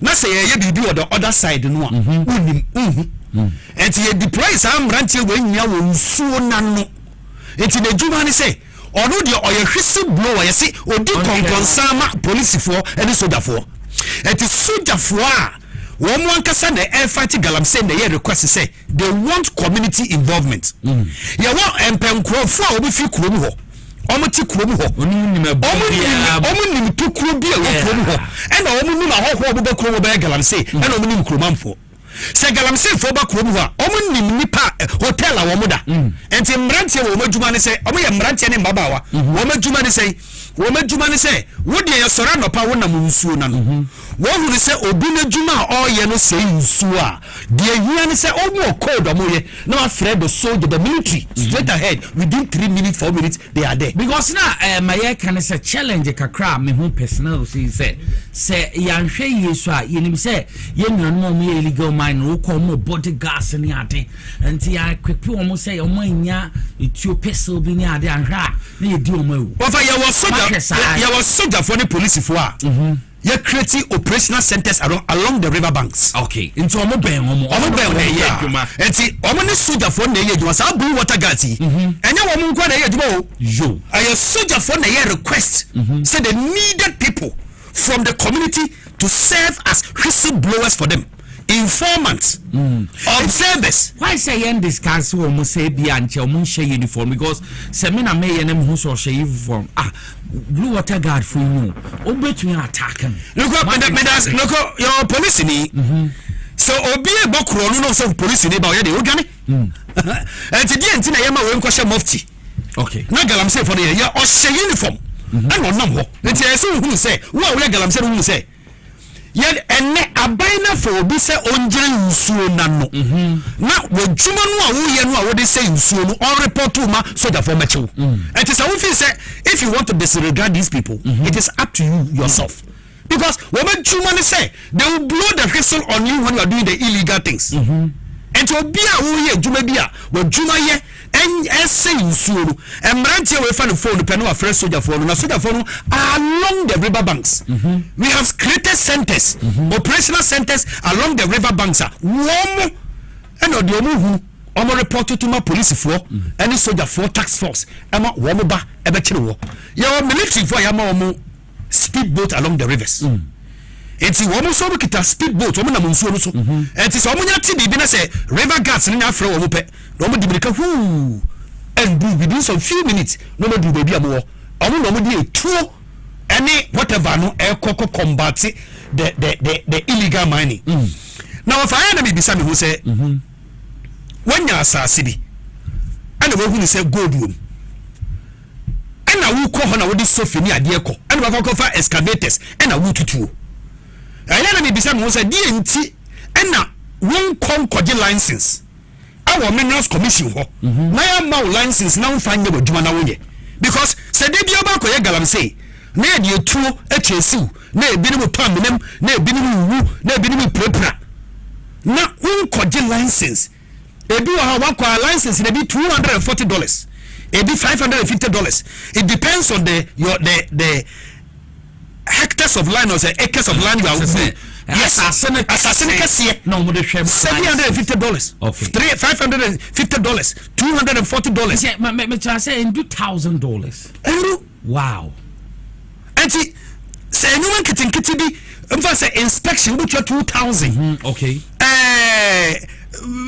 licensing documentation 600 such it's a human kitinkiti was city the actual fee na mabama we enwani enti die enti na won konkotua na won konkoje license na won koye wa djuma afaso ye djuma in any case second one die enti na won mi say gold nu a wutu ebi wo abuom ebi wo anwemu na wo de nsuo mu na opese wo ko are you serious because nsuo nu na yanum enam wo nsuo nu no omo so nsuo no omdi omum omdi anu enti sa wo de anwea ne notie kogu nsuo nu mu a destroy aquatic life and to say the you say baby a ye mining communities and enkwala ye wo no ebu a ye ba wo akwala fresh kra na ese wo nemu na na ni ba ko ni ho na so ba ko ni mo didi dam e ba didi dam ne nsa ba ko ni ho and say ne nsa ne ni ho and the doctors assign signal assign warning to all of us say anhwani an check galamsey no wo mo de chemicals ye adwuma wo nsuo no mu a ebedu baby a age say ye import nsuo na ya ba enti ama minerals commission ka kiro bia say assassin no god wo mu ne aban dia enti de yen so beba minerals commission now the site plan no aba now the site plan no ba show the coordinates actually say assassin we say obi enfama obi a me person yesu adwuma na aban no de hye wonsa na de ese utuama ban no utuama ban o fa mrantie ne baba wa no mu ye adwuma na de wo ko fa galam wo ko fa excavator na jo etutututu fam ne ade no ene John Mahama ban ni minister ama Kofi Boa womu aye o madwene se ye ma wo kwan ma wo nya de wo ye no enti se ye tu nsu sa mandam be ka kire se aban no how dabi wo na wo how esan se obetuma ge license na wa ye adwuma na wa fa ye ba ye apart from license ne ade ye adwuma good mama hu adwuma amaye so far wa fa ye ba ye na MPP for ayuso embra ye fe no LI 2462 ade ama license ade ama MPP for mining companies mo wura ye forest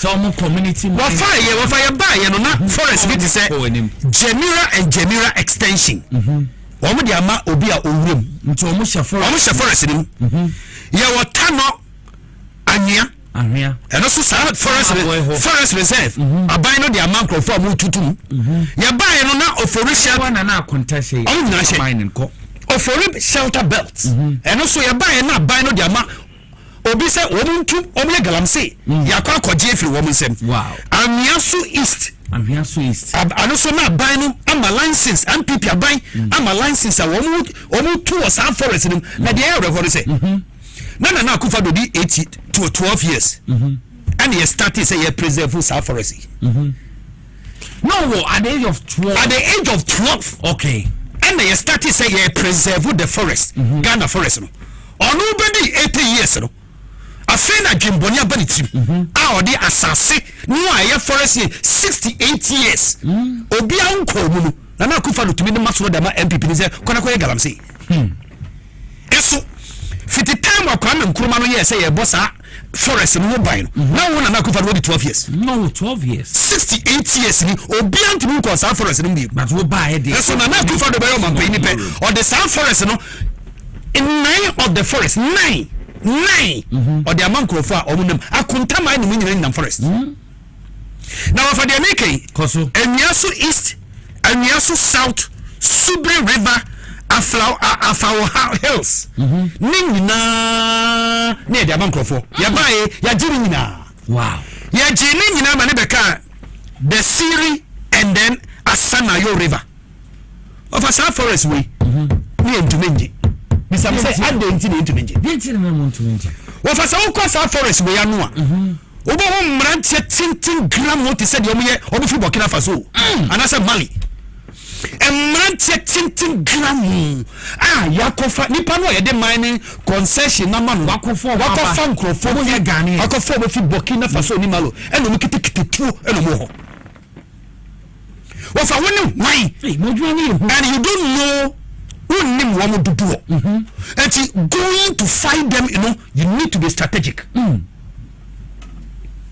so you go so din and then sing and then answer. That's 3 days. And the soldiers have been able to take over Asanayo River forest. The forest easy. Asanayo forest. I find ne so the Fortumaji. Yabaye the 4 months.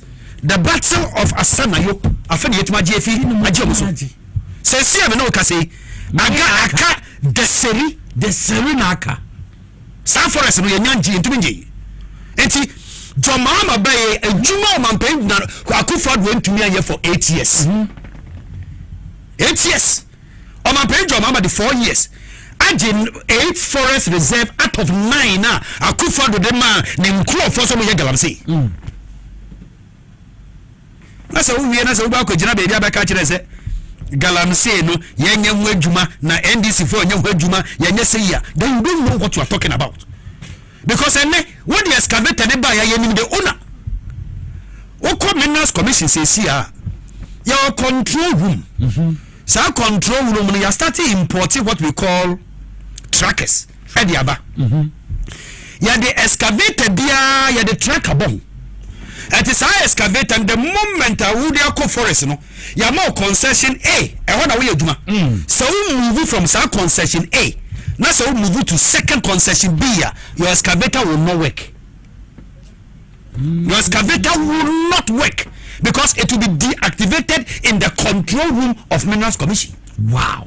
If I see a bomb and paint your Mahama I see a bomb and paint your Mahama baso yes and amma Kofi Bua ye bo ma ba so say and there's a mineral commission to be the trackers aba excavator no awoye dwaje say nya fa bi bo ho ya the trackers abo excavators ni nyina ho et excavator no aye dwa say wo ye djuma a particular concession me for say concession A wo ye djuma na say wo ye mistake na say wo yi free wo say me ka kotwa job bu extension 2 and I say concession B and I say C the excavator will not work again because because of the track and it will be deactivated in the strong room of the Minerals Commission and you cannot use it.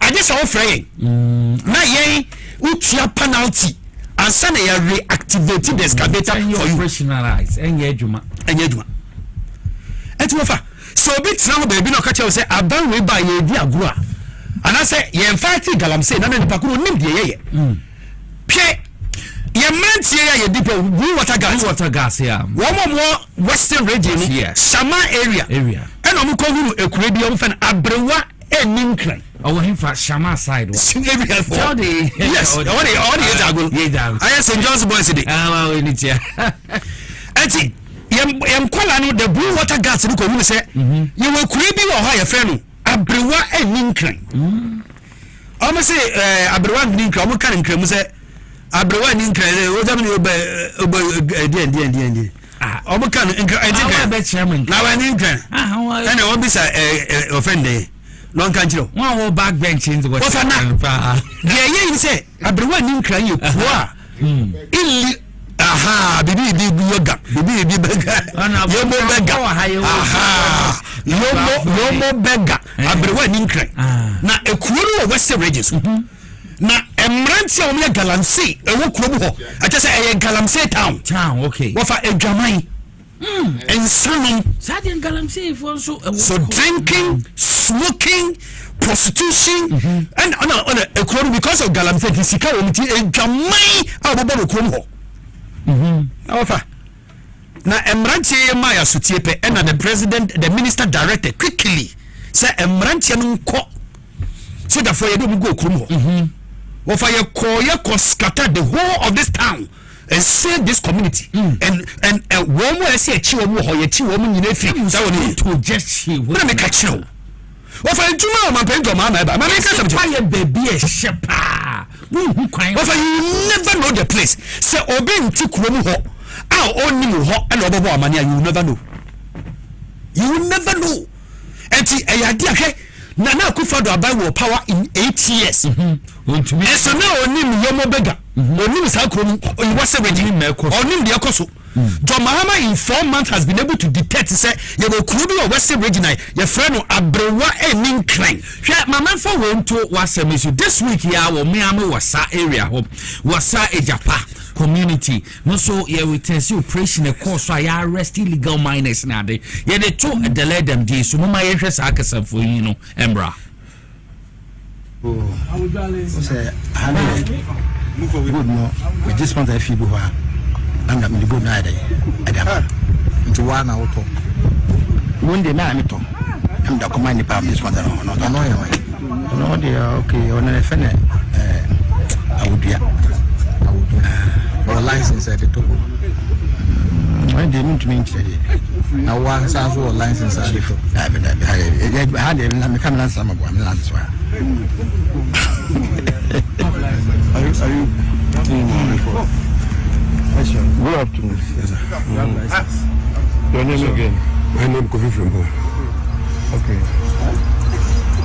I maybe I'm not to you. Some licenses. I know. And you had it.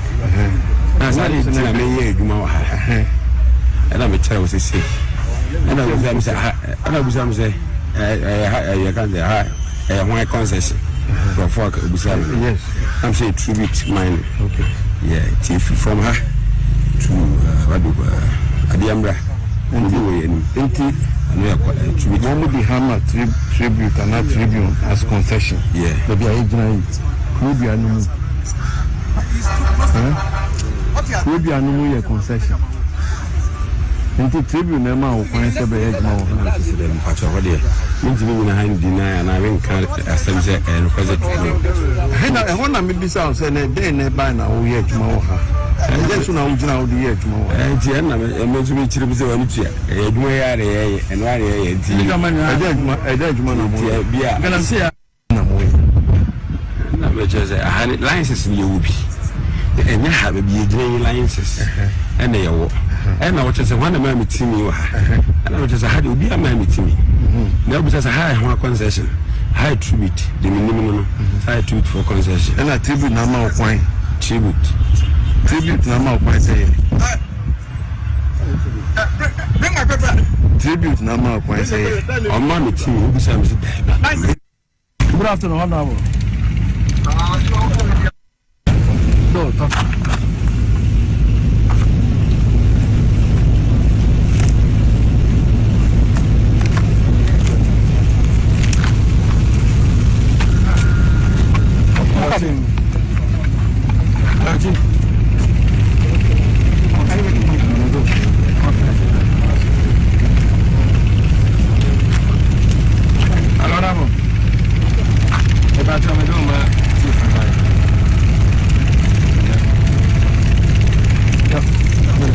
Hello.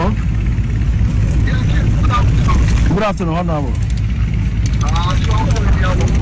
Biya ba pacho wanda ka sai. This one. Honorable Nicholas. Amankwa. I'm before where? Wasa. Yes. Oh yes, sir. Honorable. Good afternoon, sir. Not really fine. To be honest with you, not really fine. The whole place is degraded.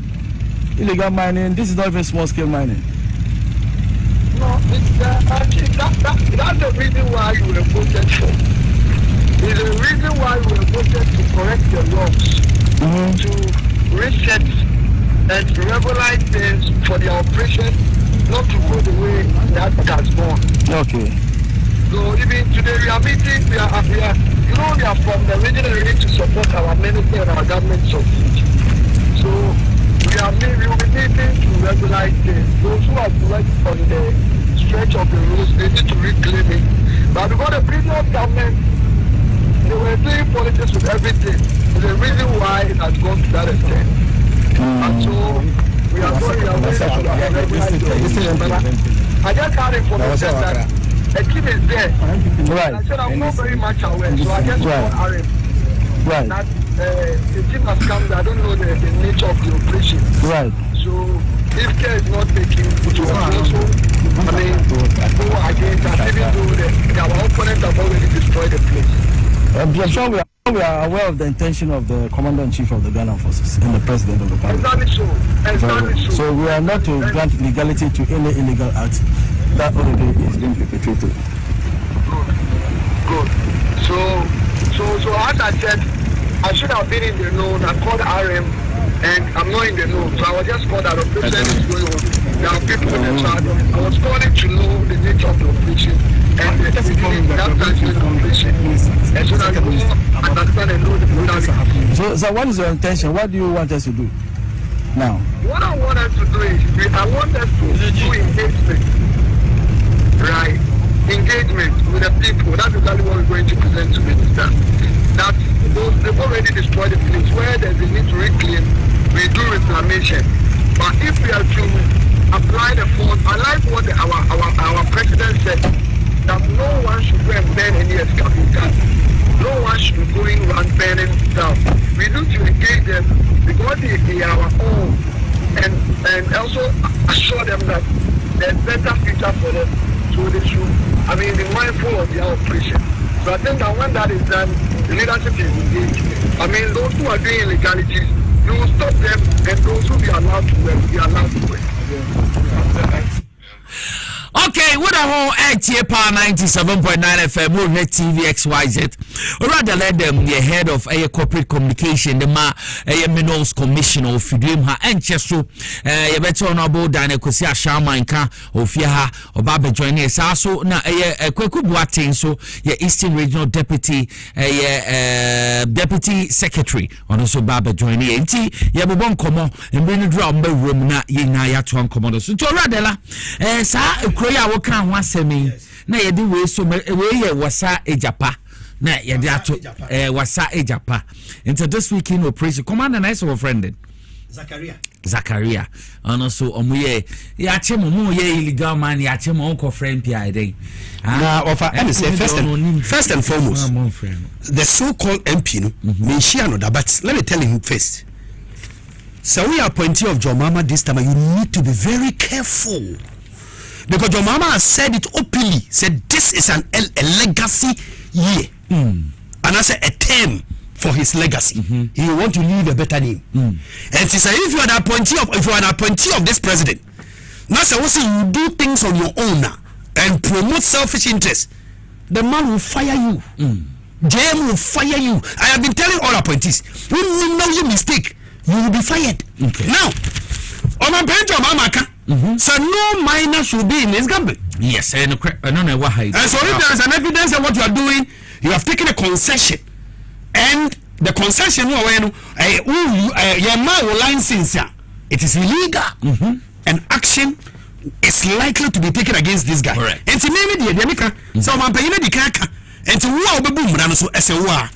Etosu mi enu abi be sori na makona mi nua na maba over to me wa join na omo ye na ebe ye adwuma no okay ofa ye wo emra bia ye fe no LI 2462 okay na sa LI 24 no emma omampanyin to me direct say yemko forest reserves wo mo se adwe etachiri MPP force adwe etachiri ni say your forest reserve bi gold wo enti yentumi nja gold ni wo homa forest no nsai I forest ni yen jai gold wo wa bra yentu enti omo ba ye no omo fa proper plan bi na mo koye sa law we omo penjo mama ba we law no a ana say baby say the forest reserve be mo bi mining na say the no bi a obeye proper mining na o mining be nya ho faso enye individual bi obakose asase enti the law no directing the minister for lands and natural resources any science and environment say sa law we munye woduma na mu repeal ya agini say parliament ba eruzumu a this law will be tabled before them and the law will be removed. Okay. And the law that brought people and gave people the authority to go to a forest we have reserved for 8 years to go and mine no oban pento mama say yisa ambrani fi ho etosu mienu you take it over o sara say yan police commanders say all district mine we ho nyina ya transfer wo nyina district police command all district police command in the mining communities almost 31 of them the transfer obi afi ho adentia watsema ho 4 years 5 years galamse for man sikedi into omo to take action enti wo fasa wo hwe enwoma ekoso wa menfi ene ade no a what you say the police for to ko seize 120 champagne machines actually be palm in fu bedru na omo ate won kada da ko no obi eni wo exactly anti say see ade oman penjo mama ba the juma pa oye forest reserve ye de man krofo so muntum galamse ya jijiri nyina aka ba kope na menim say by June July de na sa forest mu aka the sere nu aka no a sha sa forest nu eno ye baba gem na ye 9/9 I see about the minister for the sector na see about number so esan say oba ye so wan fight and wan fa the soldier for nye duma ya enka sa forest no ye da ho a ye didim aye di soldier for amabeti emrantie o mabeti kokoti ewo mu a wo mo sense ase enti me na be ma eba the mining sector ejuma mampenjo mama aye in the last 4 months 4 months ejuma na kufa do ntumi ye odi busumi 9 aye mu kase no a oya bebrewe ye nimu a ye beye what I will share TVXYZ also T Power 97.9 FM Oradala Edem na yeneno edin komoi ono no head of corporate communications edema minerals commission and komo na yebo efano illegal mining akwan illegal mining aha on my Ghana no and no churchum so far dwediam minerals commission edi ene lands and natural resource omedi no emun komo oni bi na odeboye no ade a yenim se oman ye forest reserve akese 9 edu bibi no mu ntumi ndi omoje ya abaji mu 7 ene no odi atuja se enura ba ne ya no motumi ajimu eye 8 enti se sia no aka 1 na 9/9 chese NDC aban odi dwumedie pa NDC aban oye magana fo hwehwe NDC aban oye adia oye nidaso yebeka se hope enti meteno mfizana na ado danko akufuado wontumi anye by na MPP fo na nkasa na abi no mudima akote mutumi ka chese ye community mind obekọ no na constituency chairman na ye head organizer secretary omano match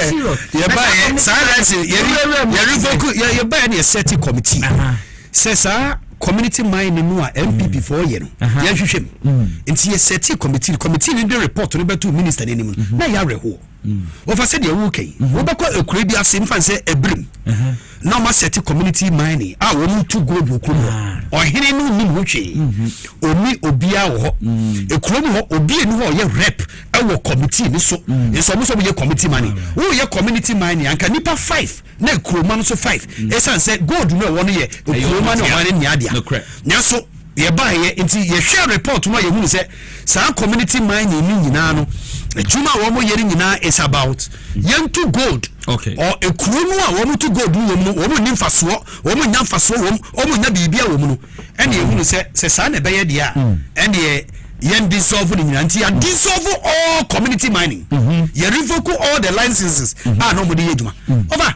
MPP aban so wohwe enwoma aban ni import ye o say ye wo cars ye wo cement ye wo nwoma ye import boni wa woni ade enwoma ye the third highest item aban no import ye under the MPP regime no excavators third most imported items into this country say enwoma under the MPP ye credible ye pa wow excavators. You're spending 6.2 billion to import excavators. Why am I excavators? Well, for now, business. The MPP was into business. They were doing business with Galamsey. One and now we are Galamsey. One no much ever because Obianya Sikawa Bemua, no Akako excavator, not the amount of no Akwaji concession. Under John Mahama, you cannot do that. You will be fired and prosecuted. And to make a woman now. That's also by the MPP for any beer. Ube kejemu keke. Because I'm paying you one man be grow. I'm paying your mama but she juma hoye. The beer say CIC ni ko kakra. Energy sector. Why energy sector? Energy sector because I believe that the Minister for Energy will take it over. No, there was the need to tell Ghanaians the state of the energy sector. He didn't do that. But for problems energy sector exceeded there. And so see, you see and now you call ECG or bit machine no do can no so because of the year politics. Now your minister na sa offer yent na ho mo gu enu ase o sabotage gu enu ase no crap. And the minister must be up and doing, put his foot down, take drastic action. Okay. We have some Georgia. Some Georgia also be because I said they finish order. You cannot do that. And I please say I am begging all ministers to be tough in taking decision to make sure that nobody tarnishes the image of John Mahama going forward.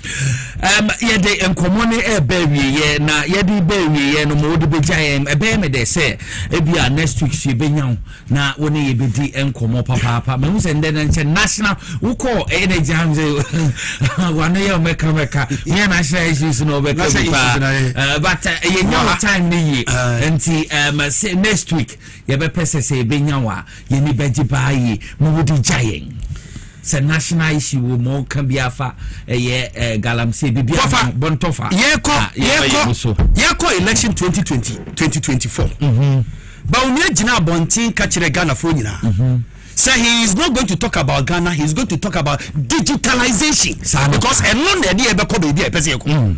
And see, throughout the Bawumia campaign, he kept talking about digitalization. He be saying, say, why are you not talking about the economy? Now he's in opposition.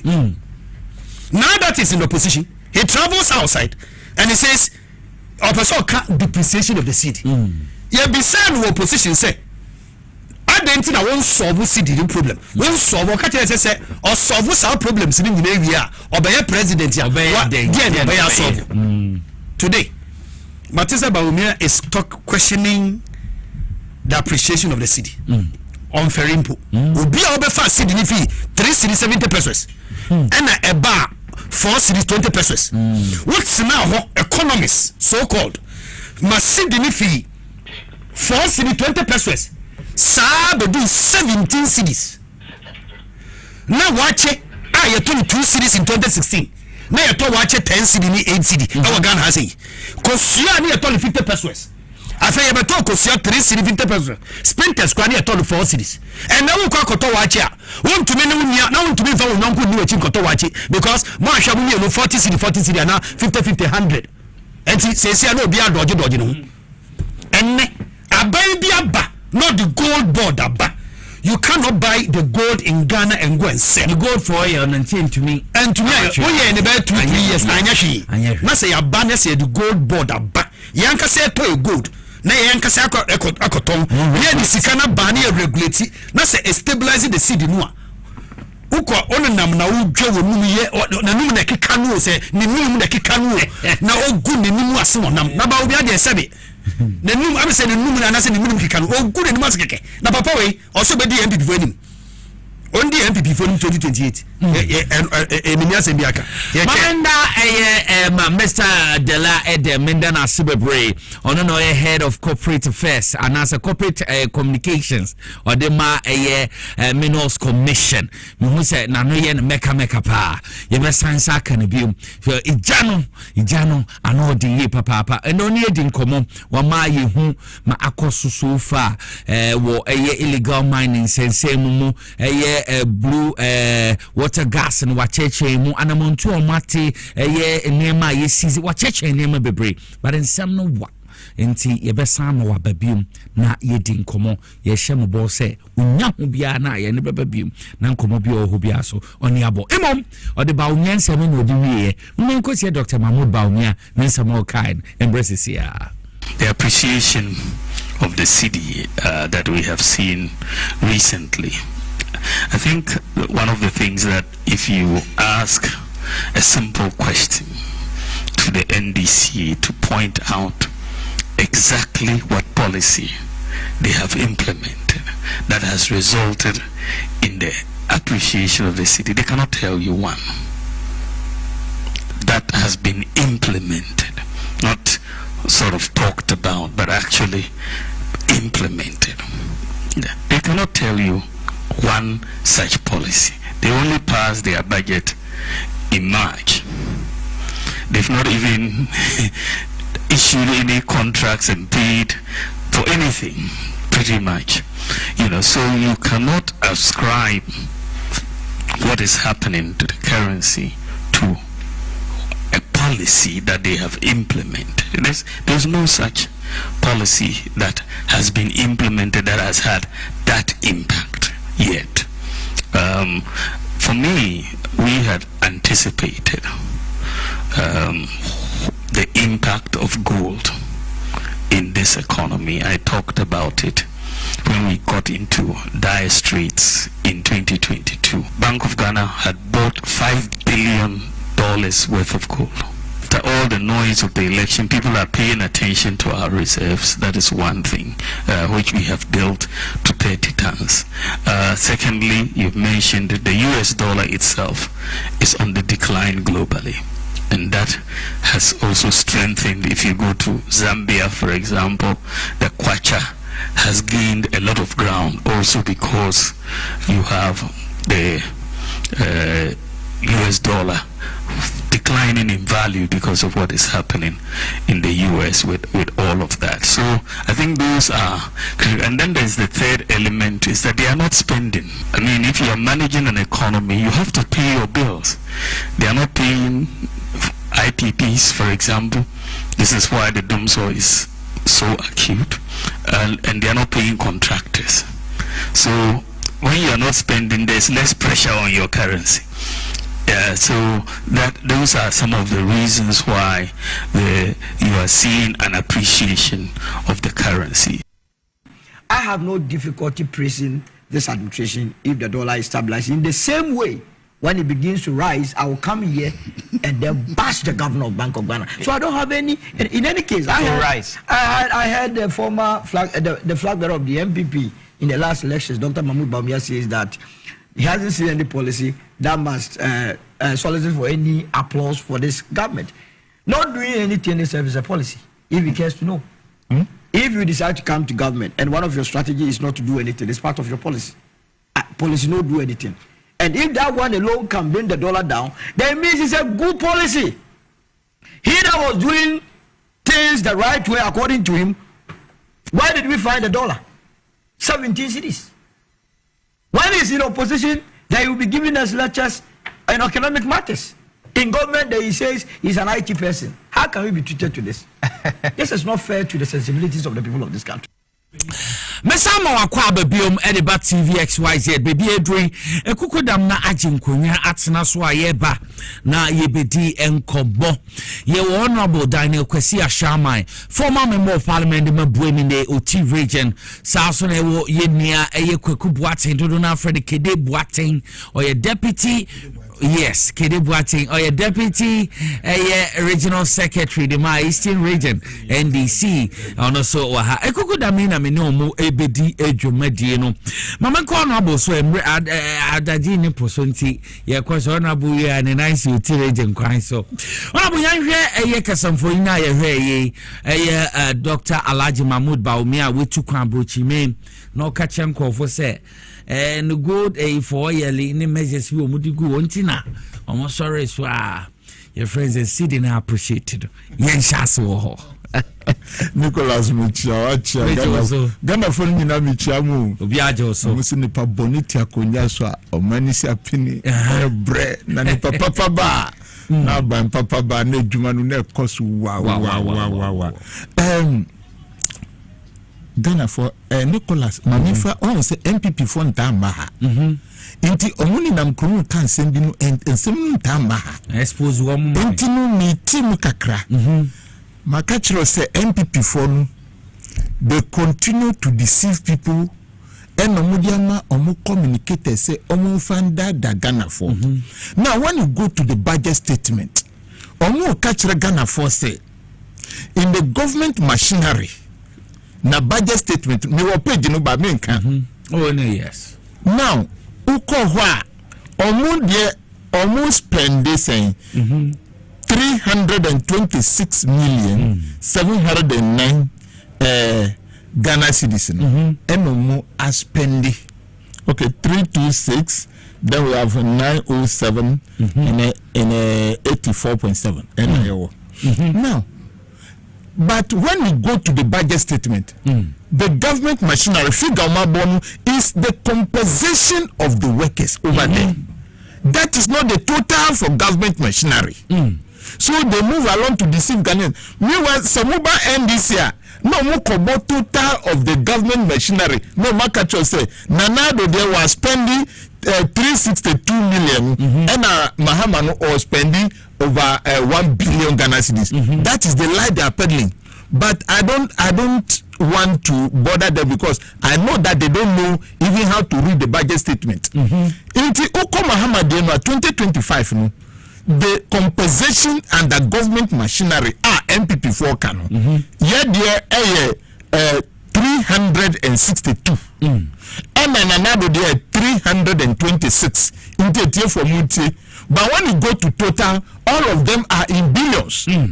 Inti Ghana for multi that is the lie. And where me background say obi edi debate NDC ni ewo NIT FM amibo. That is what I'll say. So that is what is going on. Now, Bawumia say they say, I call His Excellency the Vice President there say, he should come and talk about the Bawumia. Not that I want to disrespect him. We call on Vice President to come and speak about the economy. For over 2 years, he was quiet.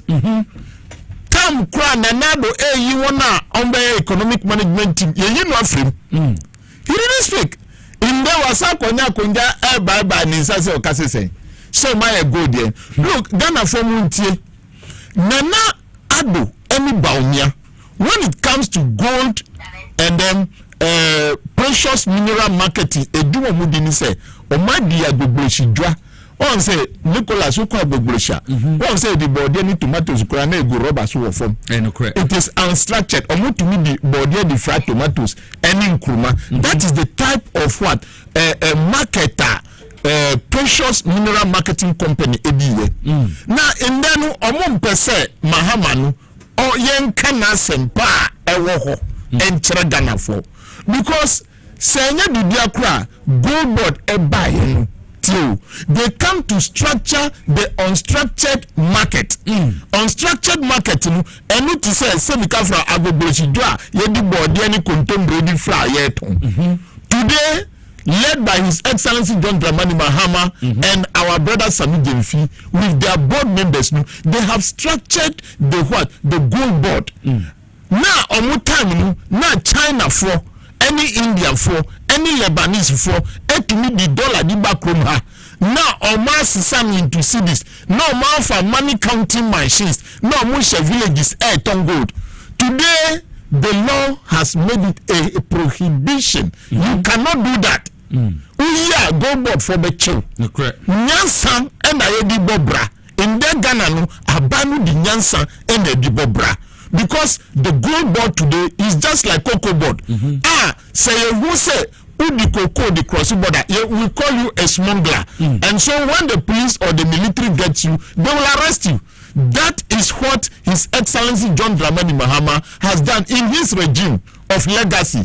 Say in then ye the bill at the core parliament and I passing mrase ye ma China ni kwan ye ma India ni kwan ye ma Lebanese ni kwan say onko krasi onko togo Honorable mentwa wano good news abane say VIP ejumaku Abbas yes so ma sign a review omo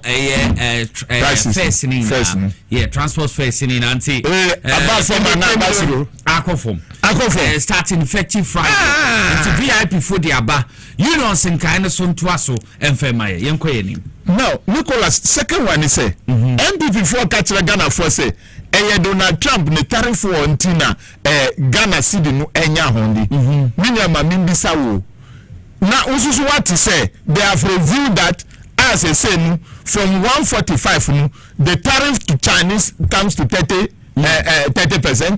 Ghana for MPP for Mate and China for no tariff to in America no 10% MPP for Mate. So where are we not having that change? Now of course say for about 1 week now the things have changed. So what I think that the change is not coming here. Se nipa ya dia osayeyi na atu forcing among for say atu force ndi atu force yes that is what we cannot the MP people don't want to praise us for. Now when you go to the Bank of Ghana say any ABC oti hold money printing machine or trust academy we don't have that person again. So the Dr. Esiama is really working and ensuring say trust account farmer that also build the investor confidence in this country. Meaning the discipline of the government all catch me what the appointee say answer now be to kwanu Nicholas say how you because I will say and our policy ban answer now be to kwanu musiko yura Julius Debraho chief of staff go and ask permission na ye hu sa kwanto awu komu say hu hia na ehu hia because listen our minister baku be tu kwan offer over 10,000 you from say offer be say $10,000 meaning from say ministers 30 and now 20 at tu kwan and then calculate this money. His Excellency John Dramani Mahama said this time no, we are not going to spend our cedis on dollars like that. So administrative discipline is also working for us. We are saving that money. We are saving that money. and yeto with the what gold board we use dollars or now we use Ghana cedis to go and buy gold in the village. And yes, sir. But when we want to sell it to show up the dollar in this country, we sell it in dollars, and the government is doing that. Inti enunu amase sidinu enya hondi NPP for say omuntiase. We sorry almost before they were leaving, they were having reserve about His Excellency John Dramani Mahama about 6.something billion. And yes, sir. Fine. But my main country Ghana for say IMF for na pen na law the chichiri MPP for meaning kasas coming in that is why the DDP for the bondholders what say they gave them over 1 year and some Asia said to muka sa reserve and MPP for count senka IMF jaw mo one pen na law chichiro muminia nkasas kan planka ni nyina san. So these are some of the things that are happening on the ground. Amma Ghana sidinu enya ahondi na se ba nya oho almost they have go reserve about 30 tons and there and some of free power. And the eba mu se na sa time nu na ye sisa dollar for 17 Ghana cedis at $1. Eba mu se meanwhile you have gold and yes sir. So where was it? And the MPP for Baumia there maybe he's trying to impress the MPP people because MPP for Baumia Pia you say Oman who economies biada by yen NDC for a two force show boy I don't go show boy this equated when you na keka ho your bo economics no e dia magana and the impact is what we are talking about because we the NDC say in 2028 elections we are not going to be playing Kennedy Japan's videos or we are not going to be playing Baumia's video. We want to use good governance. And now one say a taxi driver and kasa ko top petro wachira baby ananado ni 100 Ghana mark no eda and people wachira baby Mahama 50 Ghana cedis mark no eda. That is practical economics that is impacting on our people. So therefore we are telling the Ghanaians say nyama ama sema Baumia ekanu eye bosremuka sanko nim papa yiwa inkawaya magana fo inkawa nko yiri nkokora enjo musika inkoman close bank inka inflation the person speaking munche na niye pa onu na di Ghana inflation ko 54% na ye in the inflation bafum petro bafum Ghana cedi enya hondi Ghana for edwade for omuko banga dollar guhwa omutumisisa indekra dollar na bafum abedu de 11.9 Ghana for muntie enti enejaba krumna ye di na MPP for de omuti se ni show for amu no Egypt for amu bisre masase ye person san ho but I am praying for all the appointees of NDC. Onyankopon onkamuchi, omamo hondi, muye adwuma no ye, munkai se Mahama se, odi adwuma no di ma mrante no muye. Inti se mo anya no yia, na mujejereje because they've given the whole country to you. And so that is why we are praying for you. And we continue to give everybody opportunity. Any Ghanaian that comes to you, give them the opportunity. Muma MPP from Philly say Ghana is Ghana. And yes, muko Jessica. No, mumu top up. Sena Osla Kayan MPC G salaria. No, nanado samo mu top up. Edi account. Now mu top up kranwe those see salary no. And munye bra omudi ye boy. Inti ye danye say what to Obama NDC. Na ye ojide pass His Excellency John Dramani Mahama Bain any appointees on bebo juma no ama ye nyina ye niaji. Madam wasi. Mera say amame ko Kwaku Boateng we. Yenti we. Kire Boateng. Ne. Edi kan mechia enuanu mo Eastern region ya. Obi ajo. Na maybe na Kwaku de bonu. Odi Kwaku Boateng. But wo ko kende san kede bo. Edi ri o de the Dina kase Kwaku Boateng. Ba wo kase no na do na fan kede Boateng. Obebo Christian na you sorry. Na you straight kede Boateng man. Yanko yenim. Yeah be na deputy youth, constituency youth. No say Mahama there.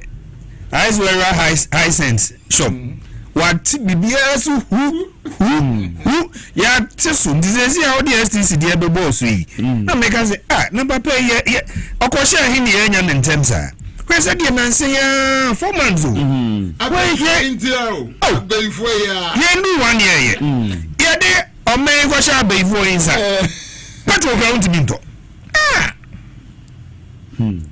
papa iba ye ni yamuye me se oso abofo wo su chese angels ni ya ta na chi ye tete ne maso Ghana be ye krabehe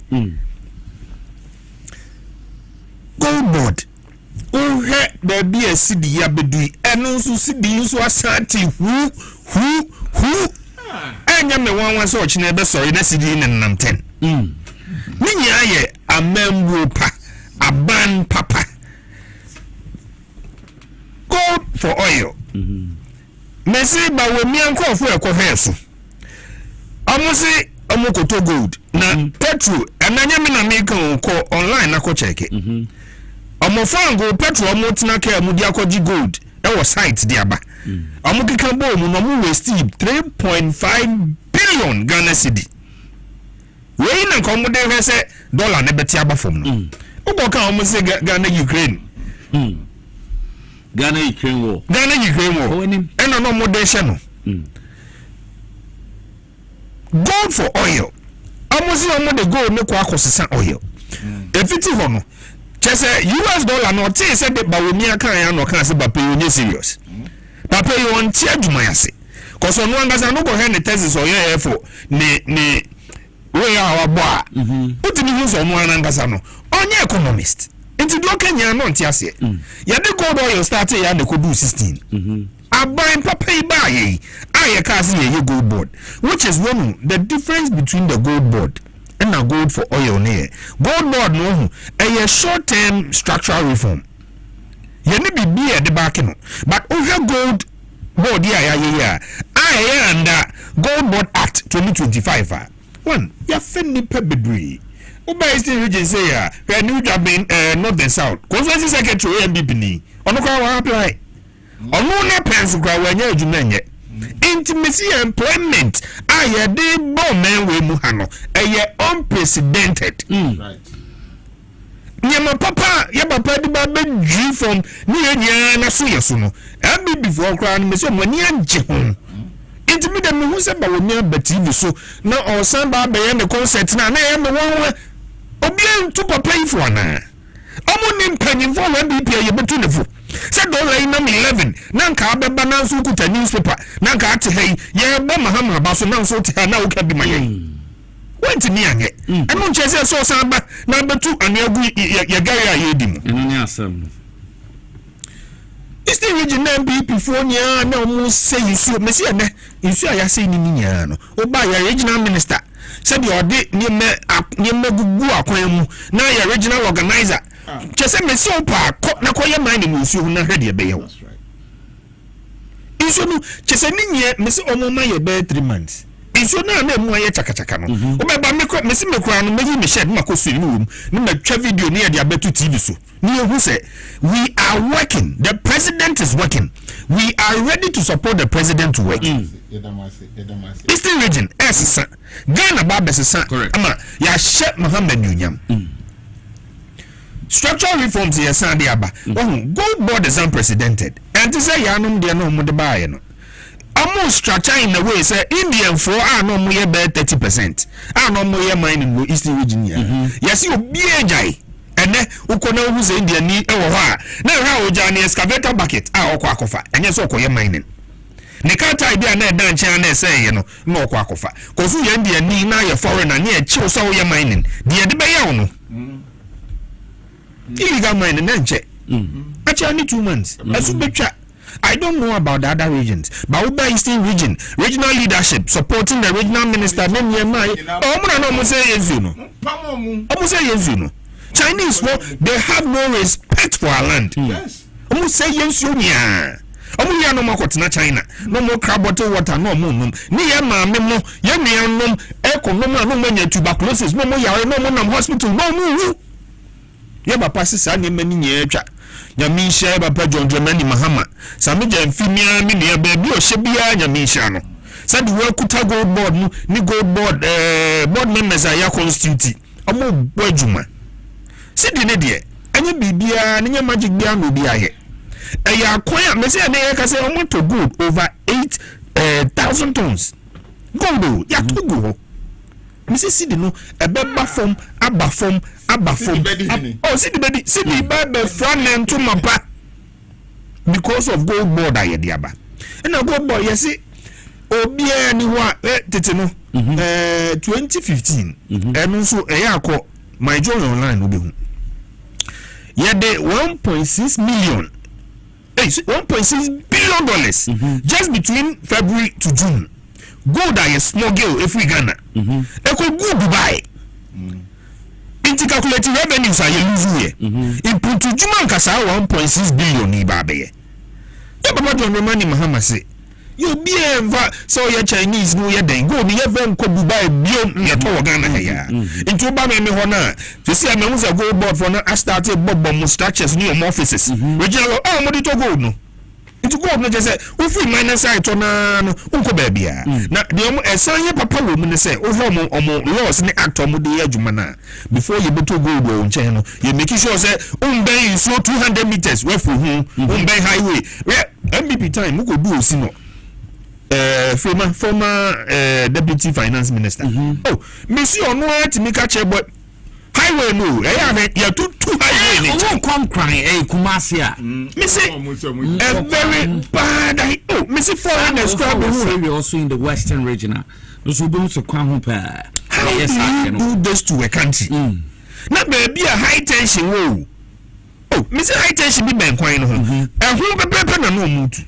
no be busa senti ye ni mpanyimfo wo komu ana ya asemu regulatory bodies no omo go check here de yekoso ana formans are ba yi sani mani nya so atwa me say yako ye the doses akon level ho aban papa ba sidi ne de ye ware hyimu e be kofom ye to gold no ye ruru akonnes ni nya to gold de kakangakra e de ni nya kogu Bank of Ghana ye nyi hia ma biom afedi ye ne abrochefo no omo dollar na ye na enso yekuta ye gold no sika kokko no wo wait crashing sa dollar no na no ne ye de ba be show up ne ye move forward now we had ada you see ana MBP we had between 2013 to 2015 corporate income tax you tua for gold 35%. Eastern region obiandia just say they were fragrantly no same right almost say my just say taxes ni royalties obiandia hwe gold board adaroma oya illegal work in kwan dia na me see edugu ho na utia income tax utia royalty there so utia dia Omani sika ye generate apart from employment no misisika gold board ankasa within just 4 months you I'm operating crowd and do 4 months I believe that just you can crowd be 2 months ni almost started so more pretty o have revenue ya dia more mine no there is so unia moving forward ne dia me amaye ntie ba woni a obi o se o de akoloke dollar no o sell the next day something and buvu no say akwa we so be concert we mo fa dollar ne nko 55 no who said the oil no akwa do dimwe enyo no ne ye ba beti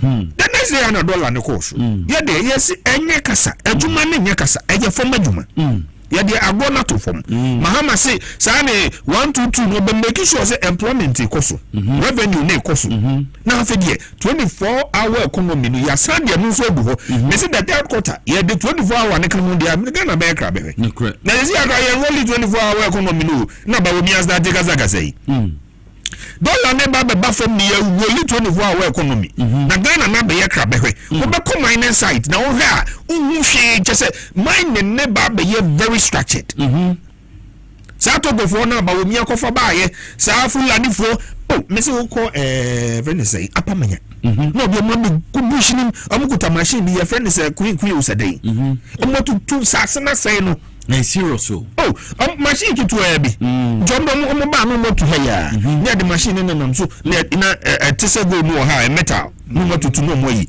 omo de asese sase yes send the many nya ya ya pomo mu nya e na say crowd ye amko msan kola na gugu ka kon hu nya the country is working. The country is working. The regulatory bodies are doing what they are supposed to do. And this is the country we all voted for. The silent voters have spoken. Now, me see a 50 bear third quarter. Yankopon ya adom. Na 24-hour economy. Become gold body who there. Ghana bear crab home here. Yeah, but that's it. What I'm here for 97.9 FM.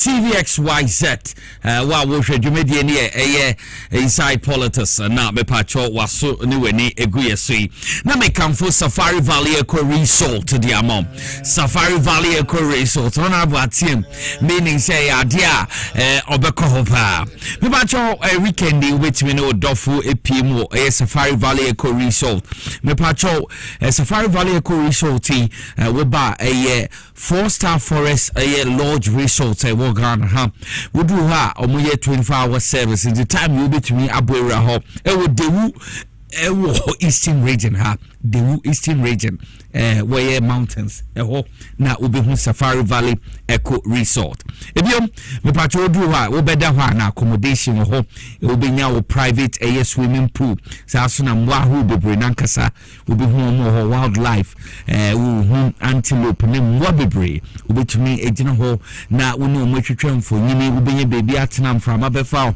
waterfall na wo ho won pewe na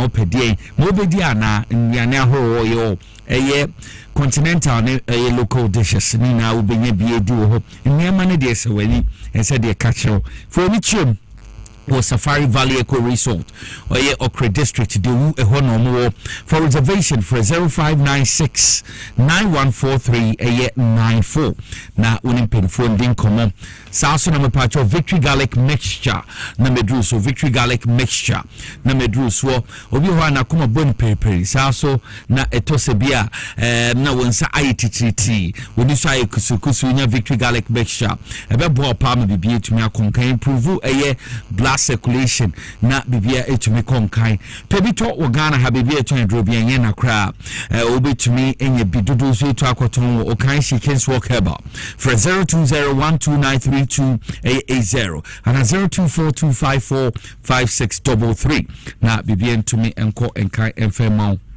Medimosis Clinic in Herbal Center CN control say on the Medimosis garlic capsules abadwa man swap e bomo moja ni di fusani obi ho anensa na 83T o cholesterol level no was e be check na mo sa so na nyema bia mbu ni padua ne beyin ni efu ye uni paduam ama ebusu immune system no na boye papa Medimosis garlic capsules and then make am for mo ni na wo pharmacy ni herbal shops ato apeto Ghana na me pa chobebre Medimosis ankasa more clinical hope your friend prostate disorder so between if you have so sexual weakness male and female infertility bema no ba why your problem hypertension and diabetes so na sciatica typhoid fever malaria fever stroke and STI say how me pa cho wo ko ombeboa biom dental problems ni na afeko ho omo dentist obon homebody papa se wutu se wo fele wo se wo white na wo se bibia wo ya fa wo nu bia for any chim wo Medimosis Clinic no mbo and cry home identity opposite the police station so na ASL building inside Ghana Highways Authority yard Accra Ministries here so na J could opposite school for the deaf kuma saima kokobin santaso boase kwan so from 0244 068 447 na uno mundin kobodi twato cry ex natural mineral water with the two honorable says you be hu say onum nsuo your friend ex natural mineral water Steven Apiensuo no nsumo tumfuo eno no Paul Amantemesi ne di kanfo your friend ex natural mineral water ye wo 350 ml ono na yaye ne se ball no aha nkwala ne ni je hu ye pa we 500 ml adentem no na Beman shoes anam de friend 750 ml many na binuma ebebo ye papa into your party family celebration occasion will be to me as I say bema to no bat when your friend X natural mineral water open ludo pay to akotonwa what would when you actually so abebrese street ahana XYZ broadcasting a himfie no wo broadcast opanke Roberta dudu bi opeso to koton obema obi na wetu akoton wo konom no baako so a obetumi aye ne saa mai saa so na me ka che wo kom melkom a wo zebetumi akabi wo peso a wo frɛ eye ejumaku nankasa telephone lines na lines a me de to dwa ya bebi owo Ghana bia no omo de begu ka mu po Eddie Abro 0596 273546 0596 273546 0596 273547 X natural mineral water is simply natural. Mabenko honorable Daniel Kosia Shama honorable Masamba Usu ye hwende me copy more the apex court of the land Supreme Court enko bi a omo say omo pese Sabiwa the Supreme Court in bon semi nego if an excellency John Dramani Mahama petition be any pedia comano say Chief Justice on one homebody into a mon permanent the court committee and him but omo say omo person the nyanshin to so na say we injecting in a way into me emfa mameno yen in ko jumping for any verdict baba no yen sack no any me come into yo Nicholas ni minia kede edeni odo na wonu kru na friend kede no antia ya ne ewu mni se uhwe ne koso no nyina ye mami esaba tokono oye Ghana ni o obi ankase onye Ghana oh yes oye Ghana ni ejuma na ye di ahye ni nsanse onye na ne juma ye mu obi nso ahun se nanka esese ko right na ko left dodo ko left dodo mahu publication bi say otu kwan ewo kwan bonizu wa refund sika odi aba till I think I saw 118,000 say you nukre na 49 judges yes miss omina mudi say you nukre say onu ankasa jatum say e kwanto a watu no anasika no wamfa no kwan paso a osadi ba ya let the law be law enyo no na ka kire law is law mambranu nyemra yehu se onu ankasa conflict of interest me see attorney general mama yenfa conflict of interest in people for so manage because as if they don't understand that language kanufurata betina konjasu conflict of interest onu ankasa ko euro bombrea no sad in the company as a minister of finance na waji commission esaba betina konjasu a na or the contractor mani baso koye lounge ni the library ewo court eno mu jaba 450,000 Ghana titisika 4.5 billion tio enti ubo brasia ana wasem onipa bia di boni o ba ekopie wa bontia na mafo so adantiga wa honorable anu na ekosu sese but ube hu se wono mu chiro letter se mu nya na ebusuani na mu MPP fo nti e bisi MPP fo se e di kra na we sabo mu ananka mu pese yen sanfa no nto ho se o se omu pe ni 9070 7-0-9-0 those are the things they like but that is not good for Ghana. Ghanaians don't like that into one now matina semusundenu or matuagu and I think they are right na mi kachre His Excellency John Dramani Mahama bebia ye mami saba semi bridie say NDC anhwani ye ama obi adada say safa no betina ho de endie wo first ni wakai say de obetwa yete ni odi beye no yentumi na sem no de asai dada inti sankamini ye maami esaba nkama park miniama na waji ono okofie crowd ni salary reko odi ni salary na eko so what is your worry and NPP for ni nam hana afenyu makin mu no mu semre but let me tell His Excellency asem we den kan say international amane dubu sumio because you have a job to do ora for hwe ni padodo a ya chi omo se ma di boni nti yen twansem no ntem saba nkofie omo nkra wa dufie dada na MPP for na chi no to se omo ntra ho. So those are the issues we are looking at today.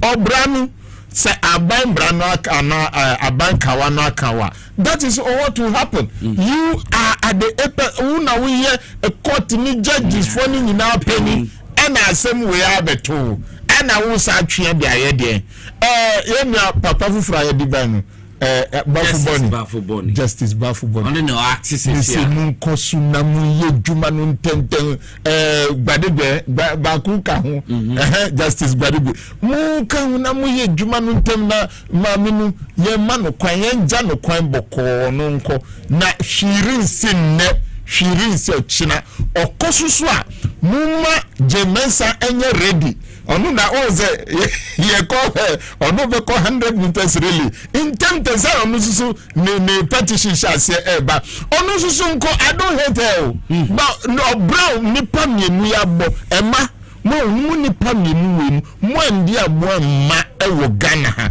because we're fighting that women should be given positions. Now you've gotten the position. Look at what you have done. Look at what you have done. You are destroying the chances of other women who will come after you. Jemensa ni obra boni obo krumha ma hu isi boss bi asoja for di lechi.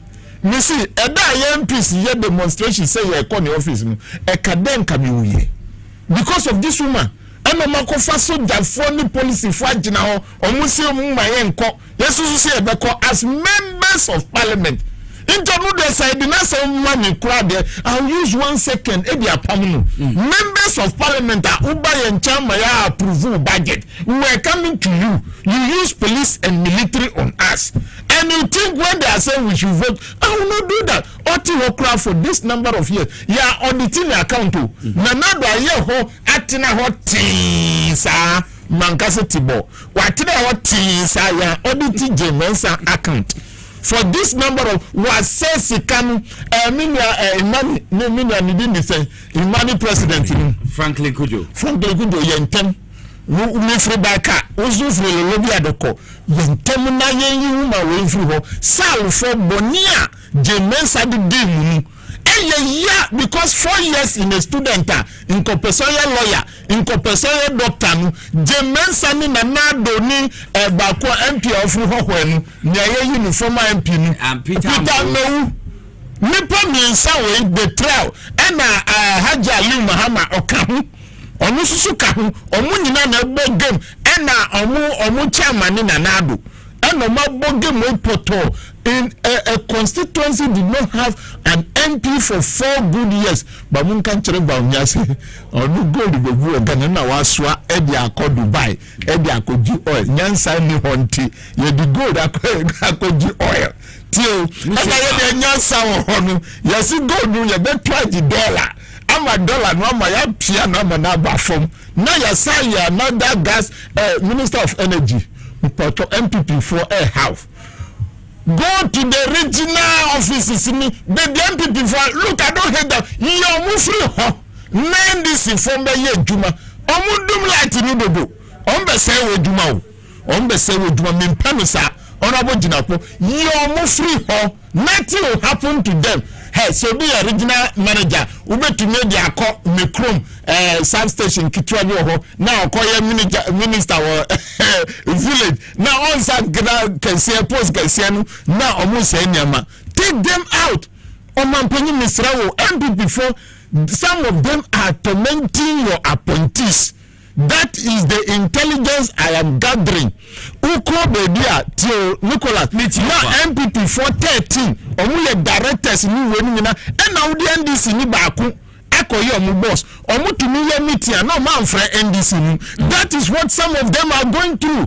I am giving you first time information. NDC for binimo bread in the hands of the MPP people. Transfer them to different places, those areas that are sensitive. Munyo mu free ho. Eja say the who come the chroma, so salary no is still the same. And yes sir. Na yes ni pafu from bra.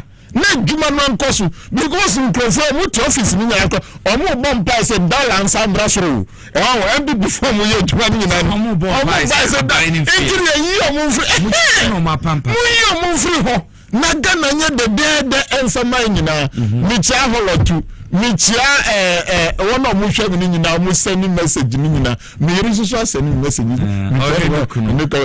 na jirika jirika na fa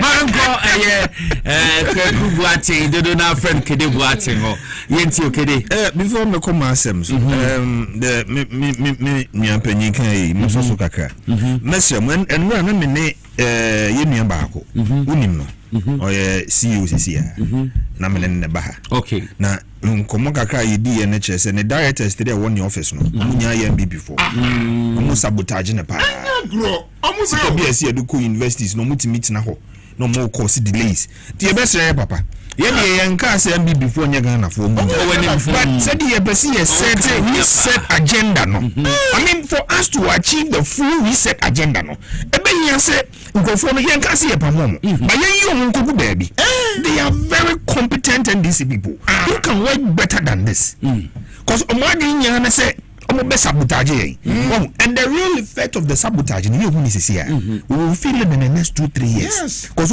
policy direction now we need people who are one-minded, one goal, one role because you have a see achieve reduce dollar and do 5 cedi. We need people who are ready to take up their guns and run to get to that stage. Young conform no makache say baby a dollar na down too much may affect the bank of be here. You best say directors no. Dollar to CD. You best say you say Papa John Dramani Mahama. You say Papa Callistos. You say Papa Opemu Nangasa. Yes. Yes say mu. Mu baby on my neck you jank for you to her. That's you be sense. The silent majority are you DFA. Into you say Papa.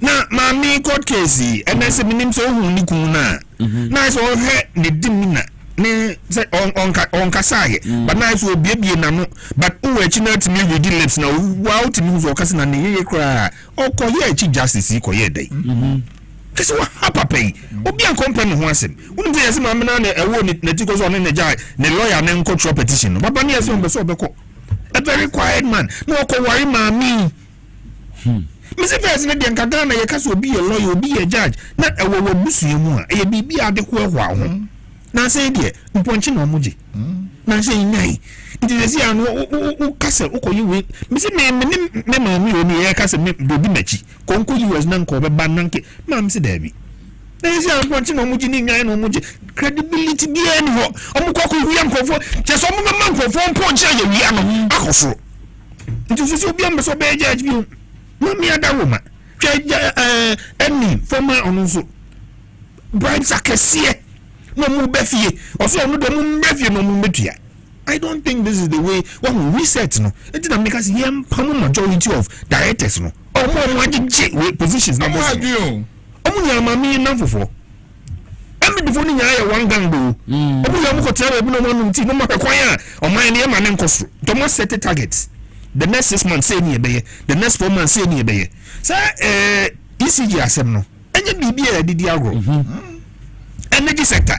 Your minister say omo ba be see another to abo the second phase 700 BTU processing plant.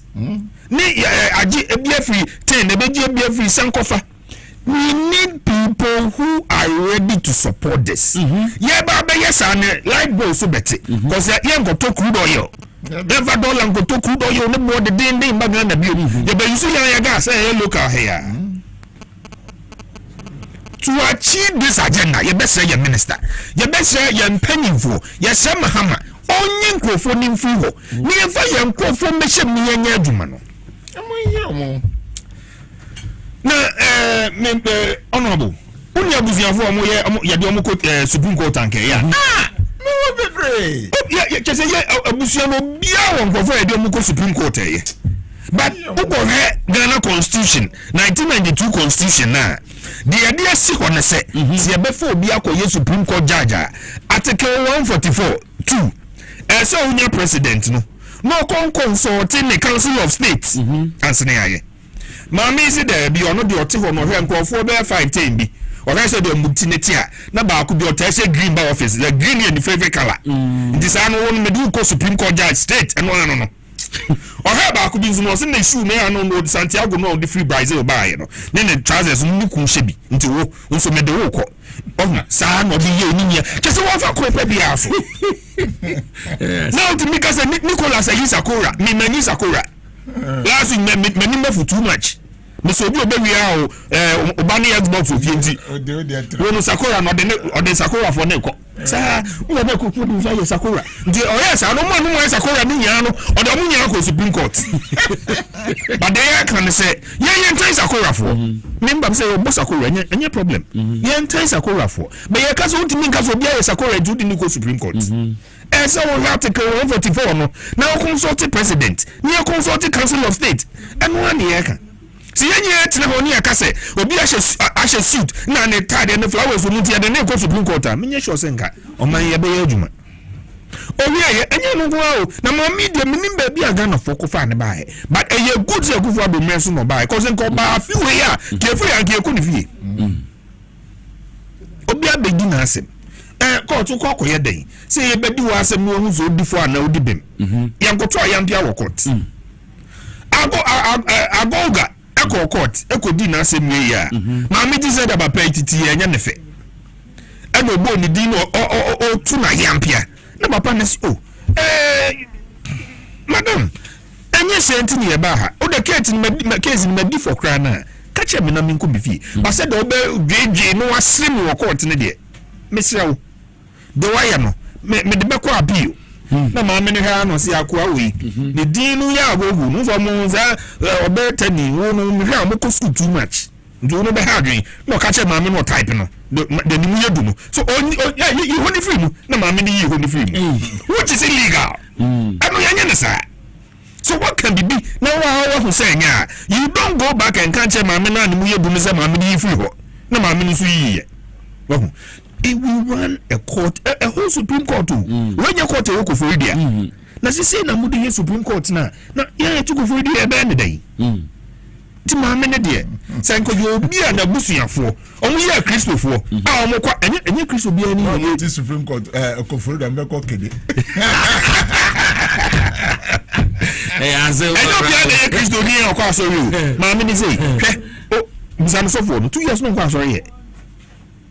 Onko sorry onsonya me oyobi onsonya me a asemu e ba yi ku ejai ni ku so nko sorry ni ku ne den metina se cause ne wife ne nko ene waka che ni ku no se ma ne nko di me say me wife ka se me nko sorry ka me ko the Sunday we say me ko ye me wife anko kra me ko me ntse ma no we onko sorry man mani nya nko sorry me wati me uba na onko sorry no wo de na akọ na wo na giraffe anko ha na giraffe bi ni Ghana ha uso no ba nko he giraffe Tanzania no more kobo Ghana $30,000 na mudu ko he giraffe now we just also nyamen kwaso into no da so tiko 261,000 no more yi am go to lose return shirt o se ni ku no shirt no shirt na nya ne fe say ni ye di bu o man ya na eno a ne ye ka say ni ye di bu o man ya o mon kan che ye cause me go me locating people Butemos in South Africa the Mahama mami office na me se me be scan me nkore cause me sure say yeah ti Ghana henya obi a exotic anu mo bi ohun ni wo ti o minim so who lifeline on that unya line sir onko ko asie ho ana makohwevi kade ku na unya chita na mo fofu we no na we ni do to office ni we yibe $200,000 na ya go chita unya gorilla ba ko no mo training note mi kasam menye sure say tina Ghana ha ni esi Ghana sika ya de ko Tanzania ko he giraffe ya Ghana sika mi ku shirt wo share na nya me fe nti mi de ne ko South Africa ni akoto Louis Vuitton abesika o menye sure say no ne ye na de bia meka no ma me ni ave Christian de timo wan ko Sunday school time ne ye ya pa ta preach wa sorry to so o say Chief Justice ni okofie no wan ko Sunday ani wood ya no ye wait tokon Otabela sorry I was spin that. Oh, also from Bonnie, where grow up, Sapo, a branch. Wine. Sir, you didn't admit it too. Now, here you call Sunday school, 15 year collabim. They are not Bible, no, you who I am she. Nimani be higher yet. But one call Sunday school now, I'm with the 21. Answer na, I'm going your position on the quasorin. Position control. Dear canon, ye best no. Or this Ghana go hezi branewia. Ojai. Ni enfo bi wa ye ready say ono no ba be bu o man.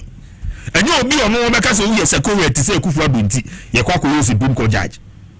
Ye mu man no. Yes re no. Na nkoso maye. 1 minute honorable. Unni XYZ yemi. Se seminam kruma. This cemetery aba from seu. Munyama mi tise onabo se me kodu baby a na me fere nti eya na hwe se Google bi na bepa ma me me kire Samuel Akoti o hwe mi na o frɛ na mini a o Budada Bright mi chamru nyina opoku mi chew bia a o hwe mi sister Caro ewo mi shekam nye ye hia ni se NDC appointees work for everybody. We want food in this country. We want to reduce the import bill of food. Intimi srubia. Se opportunity numa MPP fonso sunko no munkodo abro nkukon kitinkitio nanchu ye nyina na ebedi. Show them love. Let them show them what it means by governance. Enye wicked diombe ya mukwa tamusikation botum achama mu parliamentary candidates covid sikoma disa ufye satan ufye ba miana fwa na efekeke na honorable Daniel